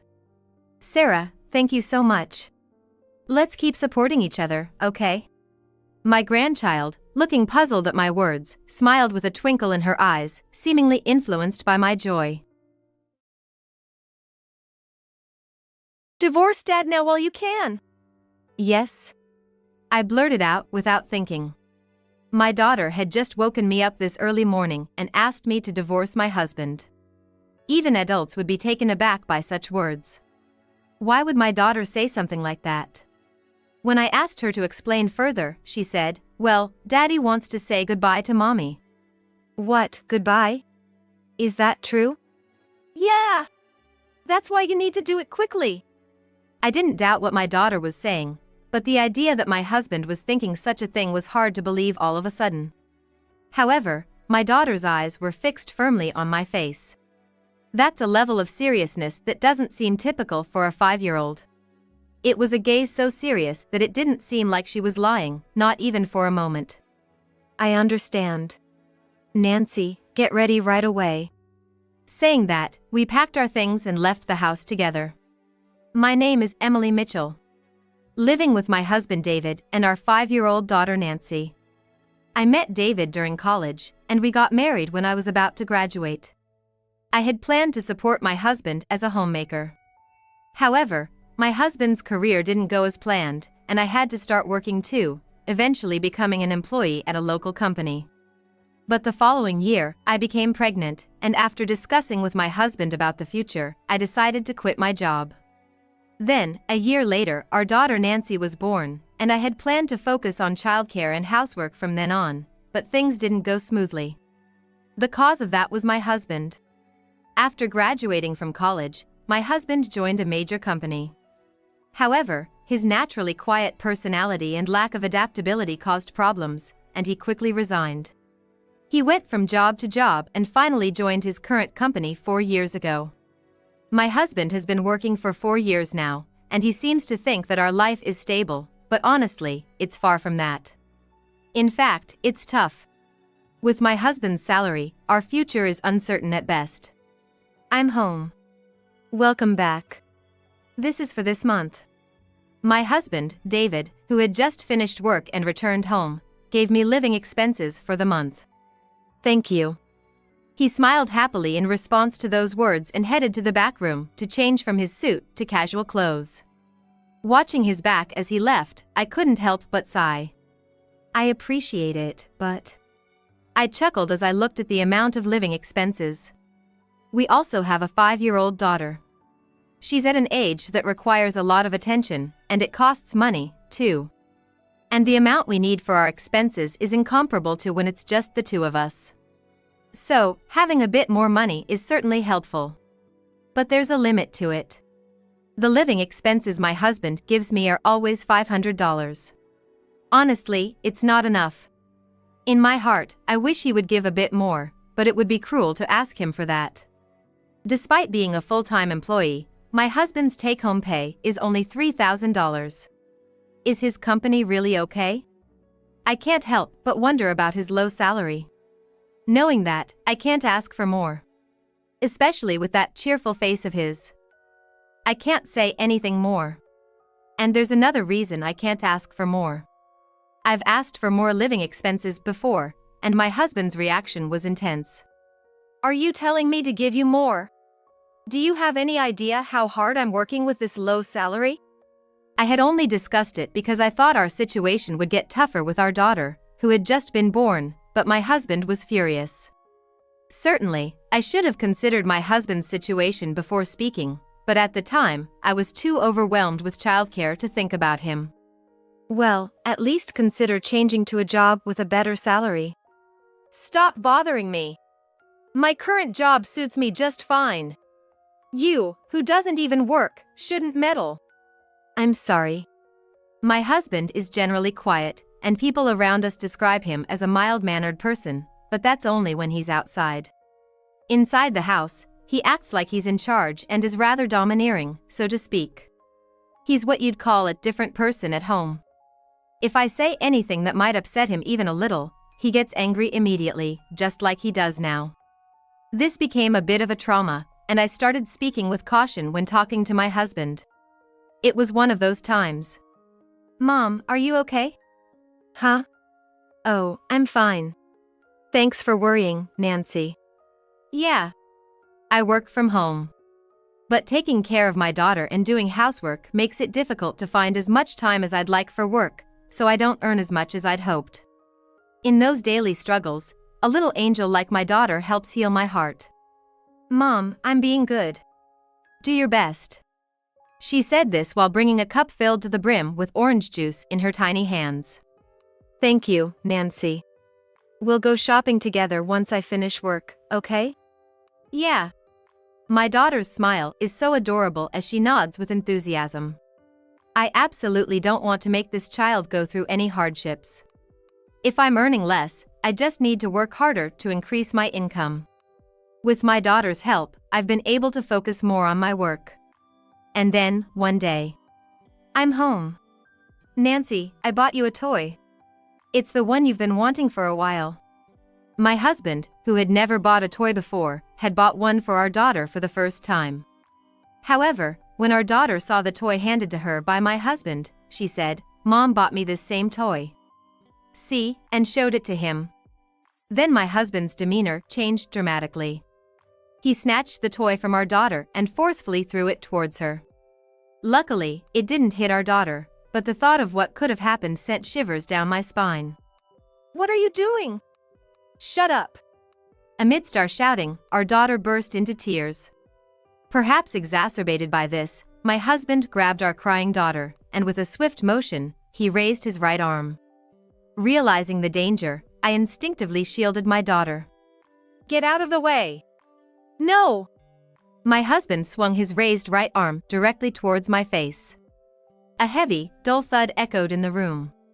Then, without saying a word, my husband went to the back room, changed into casual clothes, and left the house again. Left behind at that moment, I held my daughter tightly. Nancy, are you okay? Though she wasn't sobbing like before, it seemed that our daughter had felt fear at the sight of her father's unfamiliar actions, as she trembled slightly in my arms. Once I made sure our daughter had calmed down, I went to the bathroom and noticed, oh, I have a bruise. A noticeable bruise. It wasn't severe enough to warrant a hospital visit, which was a relief, but I couldn't understand at all why my husband had become so angry. Could it be that he didn't like that I had bought our daughter a toy, or maybe he couldn't accept that it was the same toy? Regardless, the distrust I felt towards my husband after this incident was not something that could easily be erased. The thought of something similar happening again in the future is something I really don't want to think about. 2 hours later, my husband returned. Despite making eye contact with me, he didn't say a word and went straight to the bedroom, carrying his pajamas, and then headed to the bathroom. After he came out of the bath, he went directly to bed. I had some anxiety that something might happen again, but I felt relieved that he went to sleep right away. I decided to sleep in the living room with our daughter. The next morning, I woke up to the sound of the door slamming. It seems like my husband had gone to work. The events of yesterday came to mind, and I couldn't help but sigh. Beside me was our daughter, sleeping soundly. I gently stroked her while strongly wishing that today would be uneventful. 3 months have passed since that incident, and we've been able to live without any further incidents. My husband continued to work hard as before. I took care of household chores and our daughter while also working from home, and life returned to normal. I'm home. Today, I bought a Mont Blanc cake from that popular bakery everyone's been talking about.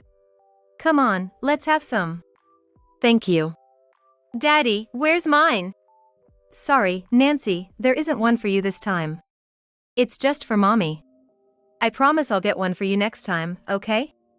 Since that incident, my husband has changed dramatically.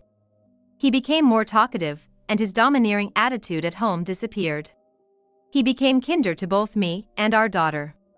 Perhaps that incident had changed his awareness. However, there's still one thing that concerns me. It's the moment when I receive our monthly living expenses.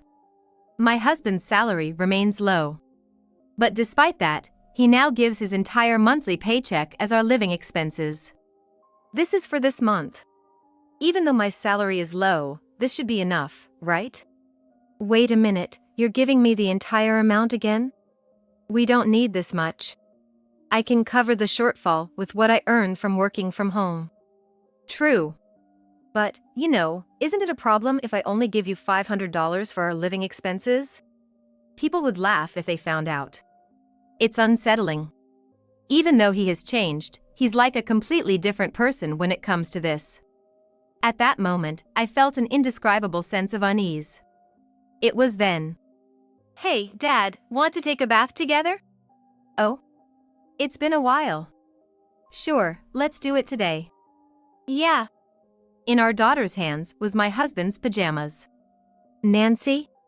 It was a sight I hadn't seen in a while. Until recently, my husband and our daughter used to take a bath together every day. However, since that incident, our daughter had been keeping her distance from my husband. Of course, they hadn't taken a bath together during this time. So, I was surprised when our daughter asked him to take a bath with her. As I watched the two of them head to the bathroom, our daughter briefly looked at me. Her eyes at that moment seemed to be trying to communicate something to me. About 10 minutes after they entered the bathroom, our daughter came out first. Then she told me that Dad was going on a business trip starting tomorrow. Mom, Daddy's going on a business trip from tomorrow. A business trip? I didn't hear about that. Until now, he had always informed me when he was going on a business trip, but this time he hadn't. Afterward, I asked my husband about the business trip when he came out of the bath. It was decided suddenly. Suddenly? When and where are you going? It's a bit far away this time. It's an important and confidential business trip. I had never heard of a business trip that needed to be kept secret. Despite feeling uneasy about my husband's inconsistent words, I went to bed that day as usual. Then, the next day, I was awakened by some noise coming from the living room. What? When I peeked into the living room, my husband was getting ready for his business trip and said, "Sorry, did I wake you up?" Are you leaving already? Yeah, as soon as I arrive there, I have to start working. I want to go with plenty of time. It's good to be early, but it's still 5 o'clock. Are you going that early? I'm just an employee, you know. I don't want to be late, so I'm going a bit early. With those words, my husband left for his business trip. Everything about my husband's actions felt suspicious. There's definitely something going on, I thought to myself. And that's when it happened. Suddenly, our daughter woke up and said, "Let's divorce Dad now." Huh? I couldn't help but utter a strange word. Because our daughter had just woken up early in the morning and told me to divorce Dad. Why would our daughter say something that even adults would hesitate to say? I asked her to explain what she meant, and she said, "You see, Daddy is trying to say goodbye to Mom." Huh, say goodbye? Is that true? Yeah. So we have to do it quickly. I didn't doubt what our daughter was saying, but it was hard to believe that my husband was thinking of such a thing. However, our daughter was looking straight into my eyes. And her gaze was so serious that it was hard to believe she was only 5 years old. This young but determined gaze didn't seem like she was lying at all. All right, I understand. Nancy, get ready right now. Saying that, I quickly packed our things, and the two of us left the house. A few days later, my husband called me in a panicked tone. "Hey, where are you right now? When I came back from my business trip, no one was here, your stuff was gone.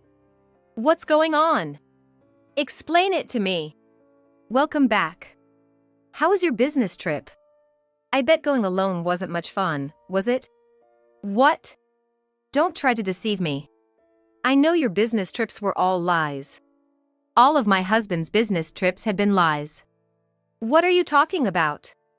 There's no way my business trips were lies. If you're so curious, why don't you contact the company? That way, everything will become clear. You can find out if I'm lying or if you're just mistaken. If you're going to insist like that, should we really contact the company? Huh? If I said that, you thought I wouldn't believe it and wouldn't contact them, right? So you said that so confidently, didn't you? But you see, there's no doubt that you're the one lying.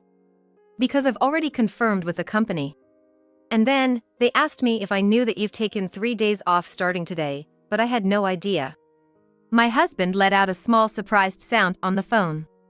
My husband, who had left the house claiming it was a business trip when it was just a vacation, had spent 3 days moving from place to place in his car to ensure that no one would see him. Are you surprised? My husband probably didn't think I'd go this far. Indeed, the old me wouldn't have doubted my husband's words about his business trips and wouldn't have thought of contacting the company. But this time was different. And it was all thanks to our daughter. Your business trips being lies were told to me by Nancy. Nancy? Don't be ridiculous. There's no way Nancy could know something like that. You're probably the one who put these ideas in her head. Isn't that right? That's absolutely impossible. You know it too, don't you? Even though Nancy is only 5 years old, she pays close attention to everything around her and observes us as well. She sees what we're thinking and what we're trying to do right now. Despite being just 5 years old, our daughter had a somewhat mature way of thinking and a broader perspective. That was probably influenced by TV dramas. our daughter had been extremely fussy as a baby. I thought it would pass quickly as she grew up, but in her case, it lasted longer and was worse than I had imagined. During those times, I used to watch TV dramas while trying to soothe her. And even now that our daughter had grown up, she continued to watch TV dramas as if it were a matter of course. From the latest dramas to old ones, and even 2-hour mystery dramas. If there was something she couldn't finish watching, she would record it and watch it later. It had reached the point where I, too, was amazed at how much our daughter loved dramas. Perhaps because of that, her way of thinking and speaking naturally became more mature. You said it before, didn't you? Your duty to protect your family. That's why you should understand your family better than anyone else. That's right. I understand you and Nancy better than anyone else. In that case, you probably understand what I'm about to say. Of course. In that case, I won't hold back. I'm going to divorce you. What? The word divorce that I had uttered caused my husband to vehemently object. What do you mean, divorce? Why is it coming to that? What don't you like about me? He exclaimed. It's not about whether I like you or not. I'm divorcing you to protect myself before you eliminate me. Huh? I don't understand what you mean. My husband suddenly became quiet. Pressing the issue, I confronted my husband and said, You don't understand what I'm saying? Well then, let me explain it to you. The whole situation had started when our daughter had expressed her desire for us to get a divorce. At first, I was baffled, wondering why she would say such a thing. But then she mentioned the word goodbye. It was a word she had picked up from watching TV dramas.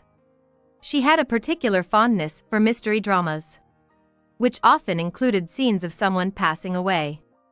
It seems that the daughter, while watching such scenes, intuitively felt that causing harm to others and as a result, them not being able to breathe, was not a good thing. So, Mommy, this woman said goodbye, and this man did too. Is this a bad person? Yeah, that's right. People who make others say goodbye like this are bad people. I see. In other words, the word goodbye that my daughter used means that someone would stop breathing. When my daughter told me, Daddy is going to say goodbye to Mommy, I wouldn't have understood it if I hadn't watched dramas with my daughter. If I hadn't spent time with my daughter, I probably wouldn't have realized the meaning. And if things had continued that way, my life would have been taken by my husband. Do you really think I would do something like that? It's not about what I think, it's the truth, isn't it? Don't be ridiculous. Why would I need to stop my wife's breathing? Besides, you're quite something. You're going to divorce me just because a 5-year-old said so? Stop making a fool out of me. It seemed like everything I said was in vain. In that case, I had to show my husband irrefutable evidence. If you're going to say that, then fine, I'll show you proper evidence. Evidence that you tried to take my life. Evidence? I hung up the phone and sent the images to my husband's email. Soon after, he called back. Why would you? Surprised? What I sent to my husband was the plan he had stored as data on his phone to suffocate me. The details were written meticulously. When my husband returned from his business trip, he planned to take me and our daughter out for a drive, claiming it was a family outing. He intended to give us drinks laced with sleeping pills and leave us in the car. He intended to make it look like a murder-suicide, where he would be the first to discover the scene. What's even more horrifying is that he had planned to harm our daughter as well. It was a plan that seemed inconceivable for a person to execute. By the way, this information came to light thanks to Nancy. Huh? It was from the incident when Nancy took a shower with him a while ago. Our daughter, who had come out of the bath ahead of us, quickly came over to me and handed me my husband's cell phone, saying, "Mom, take a look at this." What was displayed on the screen revealed the entire extent of my husband's plan. There, a litany of complaints about me was written. Despite being employed, my husband was frustrated that I, working from home, earned more. It was enough to hurt his pride as a husband and as a man.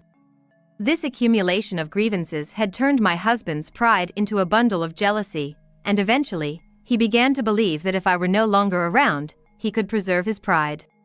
He started researching ways to eliminate me from his life. Did you snoop through my phone without permission? I didn't intend to look at it. It was until Nancy told me. The reason our daughter knew about the contents of his phone went back quite some time. There was a time when Nancy asked my husband if she could watch a TV drama. However, because my husband was also watching TV at that time, he didn't allow her to watch it. Instead, he gave her his mobile phone and told her to play a game or something. When Nancy opened the phone to play the game, she encountered a screen she had never seen before. However, it was precisely the elaborate plan my husband had carefully detailed to eliminate me. It was identical to what she had seen in a TV drama before. It was then that Nancy understood what my husband was thinking and planning. Even so, it doesn't give you the right to invade someone's privacy like that. Can you really say that considering what you were planning to do? Do you understand what you were about to do? Well, I mean, I'm grateful that I trusted Nancy. Otherwise, both she and I might have. After that, my husband abruptly ended the call. Right after, I received a message on my phone. In that message, it said, "Don't think it will end like this. I have a plan too." 2 hours later, my husband actually came to my parents' house. So, this is where you are. How did you know I was here? I knew your destination was already decided. Going to your parents' house is obvious. My daughter was trembling behind me. Go to the back room, Nancy. She nodded and headed to the back room. I didn't expect him to come all the way to my parents' house, but since he was here, I had to gather my courage and face him. So, what did you come here for? You didn't come to take us back, did you? That's exactly why I'm here. We're a family, so we should be together. It's only natural. Together? With the person who tried to eliminate me and Nancy? Stop fooling yourself. We continued our heated exchange. Don't worry about that incident anymore. I've changed my ways. From now on, the three of us will live happily together. It's for you and Nancy. That was definitely a lie. His eyes revealed it. I've said it before, but I'm getting a divorce from you. I've even prepared a lawyer. Huh? Even if you have it, it's meaningless unless I agree. True, but it won't come to that. What? I showed him something. What do you want by showing me this plan I had recorded? Are you trying to blackmail me with this? Even if you do that, I won't get a divorce. I won't resort to threats. Doing something like that would make me just like you. What I did was report everything, along with all the evidence, to the police. The police? Of course. When someone's life is in danger because of their spouse, they can't just do nothing. The moment he heard police, my husband's expression changed dramatically, and he tried to grab me. I hurriedly tried to close the front door, but he forcefully stopped me.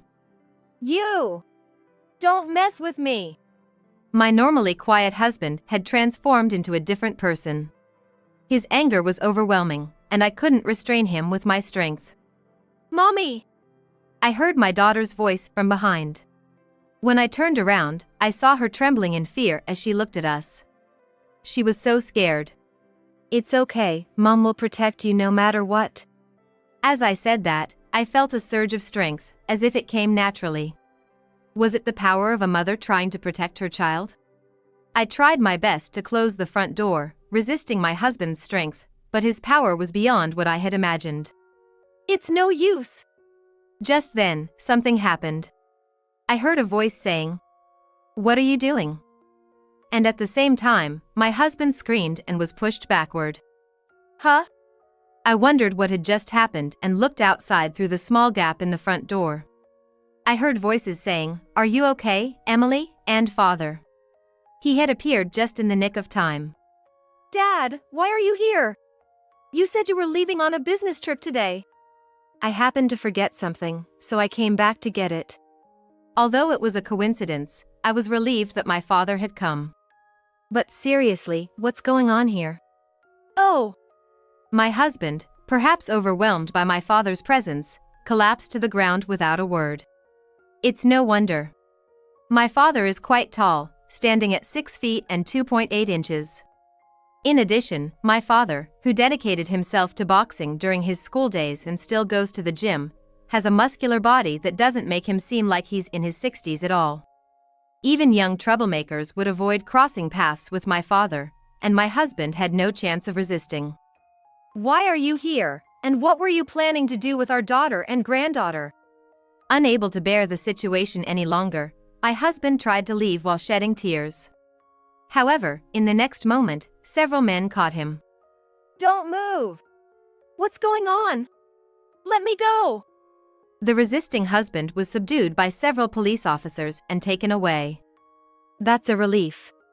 By the way, why did David come here? He came for a somewhat extreme final farewell, didn't he? My husband, who had been reported for attempting to harm me and my daughter. During that time, the four of us, including my parents, decided to move to a distant place just to be safe. I entrusted the divorce papers, child support, and property division to the lawyer, so I wouldn't have to see my husband again. Eventually we got divorced. It seemed my ex-husband had found another job to pay child support. He wouldn't be leading a decent life for a while. On the other hand, I was living happily with my parents and daughter in our new home. Nancy, take this to your grandparents' place. Okay. Be careful not to drop it. I will. There was no more stress in our lives, and every day was filled with smiles. I sincerely hoped that these happy days would continue forever. Welcome home, both of you. You must be hungry. I whipped up some pasta today. Upon returning home, Lisa, my eldest son's wife who had never cooked before, greeted us with those words. Something's definitely up. Oh, looks delicious. Don't you think so, Mom? That was my eldest son, Robert. Indeed, the pasta laid out on the table looked appetizing. But, for some reason, the pasta emanated an indescribable sense of unease. It's too suspicious. Urged by Lisa, we sat down, and Robert asked if we should start eating. Can we really eat this without any issue? The way Robert and Lisa are intently watching us, it feels like they're urging us to hurry up and eat. What am I gonna do now? Just then. Hello. That voice ended up saving me from this precarious situation. My name is Catherine Harper. After a divorce 30 years ago, I moved back to my family home in Nebraska. My parents have since passed away, and now I live alone. Many might think that living alone at the age of 73 must be challenging and lonely, but it's not. Compared to where I lived before, the cost of living here is lower, and all my neighbors are kind folks. My hobby of enjoying coffee, among other things, keeps me entertained, making life enjoyable. But, in such a peaceful life, even slight disturbances can become stressful. The two who are about to come are perfect examples. Hello there. Just the two of you today? We took time out of our busy schedule to come over, and you sound disappointed. This is why Lisa doesn't like you. Hey. There's no reason for me to dislike such a kind mother-in-law like you. Right, Catherine? The slightly sarcastic remark came from my eldest son, Robert. And the blatantly insincere words are from his wife, Lisa. 20 years ago, the two met as colleagues at the same company. They started dating a month later and got married 6 months after that.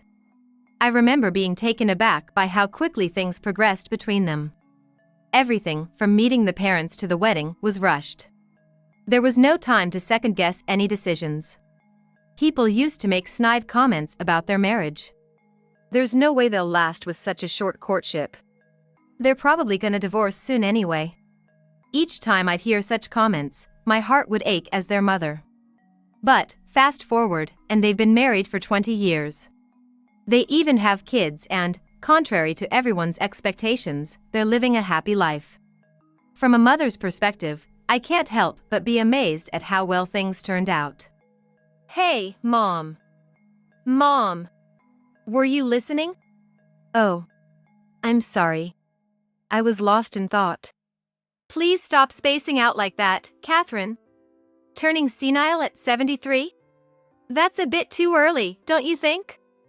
At this rate, we might have to consider putting you in a care home. Lisa is generally kind, but every once in a while, she'd make such condescending remarks. But what Lisa's saying does make some sense. If you start having mobility issues post-70, it'd be a pain for us. It'd be the end of the world. Exactly. How about considering moving to a care home now? It would ease our worries. Right, Catherine? Seriously. What do they think of me? This isn't the first time Robert and Lisa have been thoughtless like this. I'm not ready for a care home. I'm not that old yet. You're delusional if you think you're still young at 70 plus. Heaven's right around the corner for you. There's no need to pretend otherwise. Hearing them talk about care homes and heaven, my spirit dampens. But, thankfully, there's an angelic presence that comes to my rescue. Dad! Mom! Stop being so mean to Grandma! Why are you here when you said you were going out with friends? My friend had something come up, so I couldn't go. But more importantly, apologize to Grandma. This girl is Kayla, a 17-year-old high school student. Unlike her parents, she's incredibly genuine and sweet. Yeah, I get it. I'll apologize. Catherine, I'm sorry. I'll try to be kinder next time. Mom. Don't be sarcastic. Apologize properly. Thank you, Kayla. I'm okay. Thank you for standing up for me. Such a kind-hearted girl. In contrast to her parents. Glancing to the side, her dad seemed unapologetic, lounging around, while her mom looked disgruntled. Kayla then urged her parents to leave. Bye, Grandma, I'll come visit again soon. And with that, they left. The next morning, after breakfast and during her house chores, the doorbell rang. Kayla, good morning. You're early today. Opening the door, there she was. Good morning, Grandma. I'm meeting a friend later, but I wanted to see you first. Kayla has always visited frequently since she was little. Be careful out there. Yep, I'll see you later. Seeing Kayla's lively demeanor always lifts my spirits. Just as I was about to get back to cleaning, the doorbell rang again. Just a moment. Rushing to the door, her son and daughter-in-law were about to enter the house. Hey! At least say something before barging in. It's startling. It's not a big deal. Did Kayla come by? Ignoring my comment, they walked in. Sitting down on the sofa. Give us some of that coffee. It's not fair if you only make it for Kayla. They were probably referring to the special coffee I make whenever Kayla visits. I've always loved coffee, grinding the beans myself. Nowadays, even neighbors ask for it. And my grandson, he loves that coffee, and every time he comes over, we enjoy it together. I let out a sigh, said, "Hold on a sec," and went to the kitchen to grind the beans. Just then, I heard a beep sound from behind. Wondering what it was, I turned around. The only thing out of place was my eldest son and his wife, Bob and Kayla, staring at a cell phone they'd laid on the table. Curious, I tilted my head. What are you doing? Hurry up and make that thing. Hey, Catherine, I'm parched over here. I was still puzzled by that beep, but I knew that if I left Bob and Kayla waiting any longer, it'd become a bigger hassle. As I began grinding the beans again, Lisa chimed in. You know, Catherine, you have such simple tastes. I don't get why grinding beans is fun for you. Oh. Maybe it's practice for when you move to the retirement home? I don't want to drink coffee you've practiced on. Suddenly, in a condescending voice I'd never heard before, Lisa made a sarcastic remark. It was then that I felt a sense of revulsion towards her for the first time. Robert, who was next to her, chimed in. True that. Making your own son and daughter-in-law drink something like that. I can't believe any decent person would do such a thing. When did my mom become this kind of person? Is getting old really this cruel? It's just so sad. Robert too made a sarcastic remark in an unfamiliar low voice. Then, right next to him, Lisa again made a snide comment in a creepy, mocking tone. It was as if some third-rate actor was putting on a show. The whole scene was just terrifying. Yet the two of them didn't stop, they kept on going. My mom's lost it. Seems like she doesn't even know what she's doing or saying anymore. How did it come to this?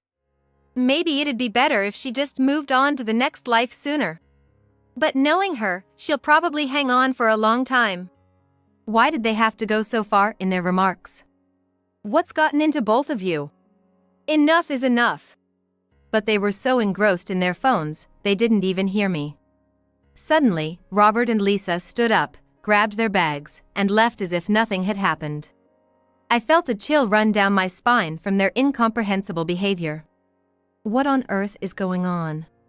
I thought about confiding in someone, but how could I even begin to describe what had just happened? I spent the night restless, overwhelmed by my thoughts. But the next day, Robert and Lisa came back. The memory of yesterday flashed through my mind, leaving me uncertain of how to approach them. Then, from behind Robert and Lisa, a little face popped out saying, "Grandma, what's up?" Their daughter, Kayla, had come with them. Not wanting to worry my beloved granddaughter with my troubles, I acted as if everything was normal. "Want something to drink?" "Yeah. I want some of Grandma's coffee." "Sure thing. How about you too?" However, Robert and Lisa just sat there with sullen expressions, not saying a word. Seeing her parents like that, Kayla looked puzzled. Without understanding why they remained silent, I brewed some homemade coffee. "Here you go."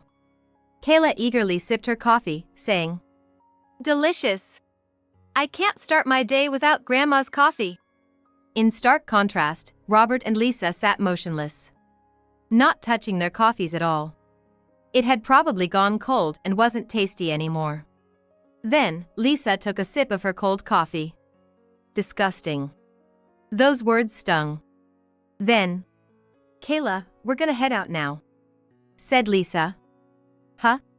We just got here," Kayla responded.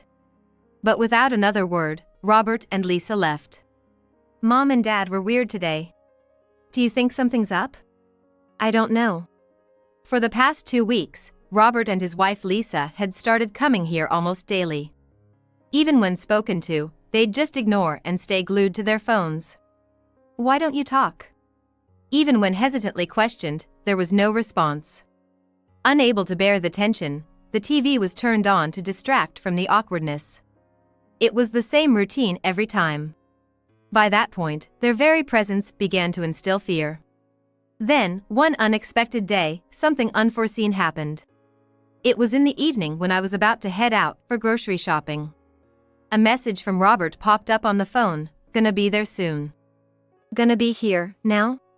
True to his text, Robert and Lisa arrived 5 minutes later. Opening the front door, there they stood. However, today was different. "Hello. Beautiful weather we're having. We're dropping in." After constantly ignoring, now they suddenly spoke as if they were different people. This sudden change intensified the feeling of unease towards Robert and Lisa. "Mom, could you make me some coffee? I'm really in the mood for your coffee today." "Oh. That's not fair. Catherine, can I have some coffee too?" Baffled by their sudden shift in behavior, I just nodded. While grinding the beans, a glance towards them revealed both laughing and chatting, a stark contrast from their usual selves. Then, they spoke to me. "I'll have it black." "I'd like 3 sugars, please." They both sipped their freshly made coffee with smiles. Suddenly, Lisa exclaimed, "Oh, I forgot. Honey, can you go pay this month's phone bill for me?" "Got it. Mom, let's head to the nearby convenience store." "Huh?" My eldest son, Robert, grabbed my arm and dragged me forcefully to a nearby convenience store. All for a cell phone bill. Why do I have to go with him? It's not like he doesn't know where the place is. After paying the bill, when I thought we were headed straight home, Robert said something I never expected. "The cherry blossoms are blooming in the park nearby. Wanna go see them?" Sure, but wouldn't it be better if Lisa came with us? Lisa's not interested in cherry blossoms. So, it was decided that we'd go to a nearby park to see the cherry blossoms. To think that Robert would suggest such a thing. The kindness that Robert, who has always been so cold towards me, showed brought a sense of fear and made me even more wary of him. But that feeling of caution slowly faded as I gazed upon the beautiful blossoms in the park. They're beautiful. Yet, that feeling of caution returned due to Robert's actions. He had suggested visiting the cherry blossoms, but he showed no interest in them and kept checking his watch. Guess it's about time to head back. We got in the car, all the while I kept a suspicious eye on Robert. Once we reached home and entered the living room. Welcome back, both of you. Hungry? I made pasta today. Suddenly, Robert's wife, Lisa, said that. Lisa cooking was something that had never happened before. After ignoring me for so long, suddenly she's cooking? And it's not even 6 p.m. yet? Something's definitely up. Looks delicious, doesn't it? Mom, you think so too, right? Robert said. Indeed, the pasta on the table looked appetizing. But there's something about that pasta that's unsettling. It looks too suspicious. Encouraged by Lisa, I took a seat. Just as I was about to take a bite, Robert spoke up. Ready to eat? Can I really eat this without any repercussions? The two of them were staring intently, urging me to eat. What should I do now? Then, at that moment. Hello. That voice, is that you, Kayla? Suddenly, the voice of my granddaughter could be heard, causing Robert and Lisa to panic.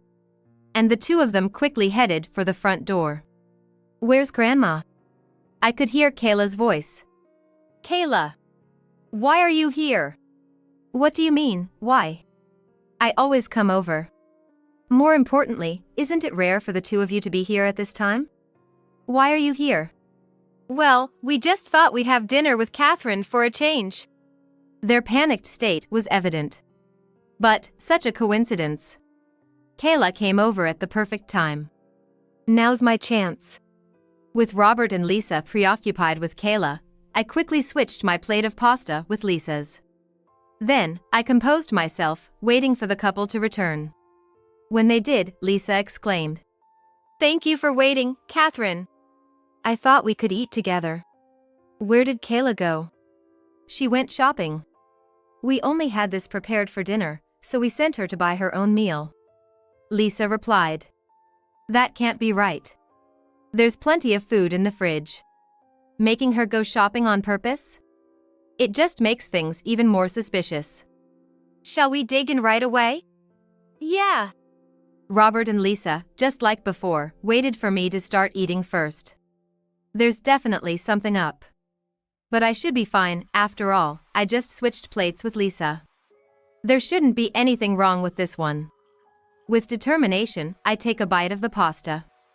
Mom, how is it? What do you mean? What do I mean? The taste, of course. It's all about the taste. Robert and Lisa seem to be deflecting with humor and about to start eating as well. It looks delicious. Told you. But even as they say that, the two of them, forks in hand, don't touch their pasta and keep glancing over at me. Their behavior is making it hard to focus on my meal, but everything feels normal so far. Feeling reassured, I continue eating. Finally, with puzzled looks, Robert and Lisa start eating their pasta. But then, suddenly, oh! Lisa's demeanor changes drastically. I knew it. After secretly switching plates with Lisa, she took a bite and immediately began choking. She began to struggle and then fell over, chair and all. I can't believe something like this is happening right before my eyes. Hey! Lisa, are you okay? Stay with me. It was supposed to be me eating that pasta. And now, something awful has happened to Lisa because of it. Lisa! Lisa! Stay with me. Open your eyes. An ambulance was called immediately, and it arrived within 5 minutes. Lisa was carried by paramedics into the ambulance. Neighbors began to gather, watching the scene unfold. The presence of the ambulance brought out the nearby residents. Seeing this, Robert shouted, Don't look! Stay back! 10 minutes later, Lisa was rushed to the hospital. as I watched the ambulance drive away. Grandma, what happened? Did someone get hurt? Kayla, let me tell you. When I explained everything to my returning granddaughter, her astonishing response was, "She got what she deserved. After all, it could have been you in that ambulance, Grandma." What do you mean? "Come with me," she said, leading me back into the house. Pointing to a certain spot in the living room, she added, "Do you recognize this? It's a camera, a small one. Mom was secretly recording." Secretly recording? Why? Here's the deal. Recently, Robert and Lisa had become obsessed with making videos, and they would constantly film amusing situations to post on social media. At first, it was all harmless prank videos. But as these became more popular, they saw even greater attention, leading them to film increasingly audacious and extreme content. So, all those times they ignored me or made snide remarks. They were filming all of that too. Remember the phone on the table? That's what they were using to record. And the ultimate video they had planned was to capture someone's reaction to severe discomfort. They targeted me, their mother-in-law. That's terrifying. But what were they trying to do? This, Kayla said, pulling out a chili pepper. A chili pepper? What about it? They crushed a lot of these and put them into your pasta. They wanted to film you struggling after eating something super spicy. I felt a surge of anger. All that for some online popularity? Robert is just as guilty for not stopping it. But there's one thing I'm curious about. I understood they tried to torture me by adding spicy stuff, but why did Lisa foam at the mouth and faint? While I was pondering this, Kayla told me a shocking truth. She's allergic. Turns out, Lisa has a severe chili pepper allergy. Apparently, she had once fainted after eating food containing chili peppers. Since then, she had been careful not to eat them. It makes sense that if Lisa, with her chili pepper allergy, ate that spicy pasta so eagerly, she'd have that reaction. That night, when Robert returned from the hospital, he told me that Lisa would be hospitalized for a week. Robert blamed me for everything that happened. Then, Kayla chimed in. I can't believe a grown-up would blame someone else like this.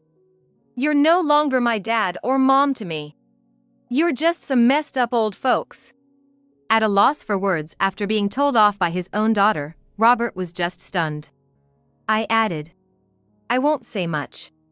I'm cutting ties with you too. Don't come here anymore. If you do, I'll call the cops on you as a suspicious person." Watching Robert leave in shock, Kayla and I high-fived, saying, Grandma, you're awesome. Thank you. Later, when Lisa was discharged, Robert told her that I had cut ties with him and that Kayla had left their home. Lisa suddenly went berserk. Seeing this, Robert hurriedly called the police. 10 minutes later, the officers arrived and took Lisa away, even though she had just been discharged. With Lisa gone, Robert apparently packed his stuff and moved out of their apartment. No idea where he is or what he's doing now. Moreover, even after being taken to the police station, Lisa's erratic state didn't calm down. She was subsequently taken to a mental health facility where she's still residing. Grandma, I'm off. Take care and do your best. Yeah. It's been a year since then. Kayla moved out of her parents' house and now lives with me. Today, her life begins as a working adult and as a woman. Being able to witness Kayla's growth. There's no greater joy. I'm confident that my life ahead will be even brighter and more joyful.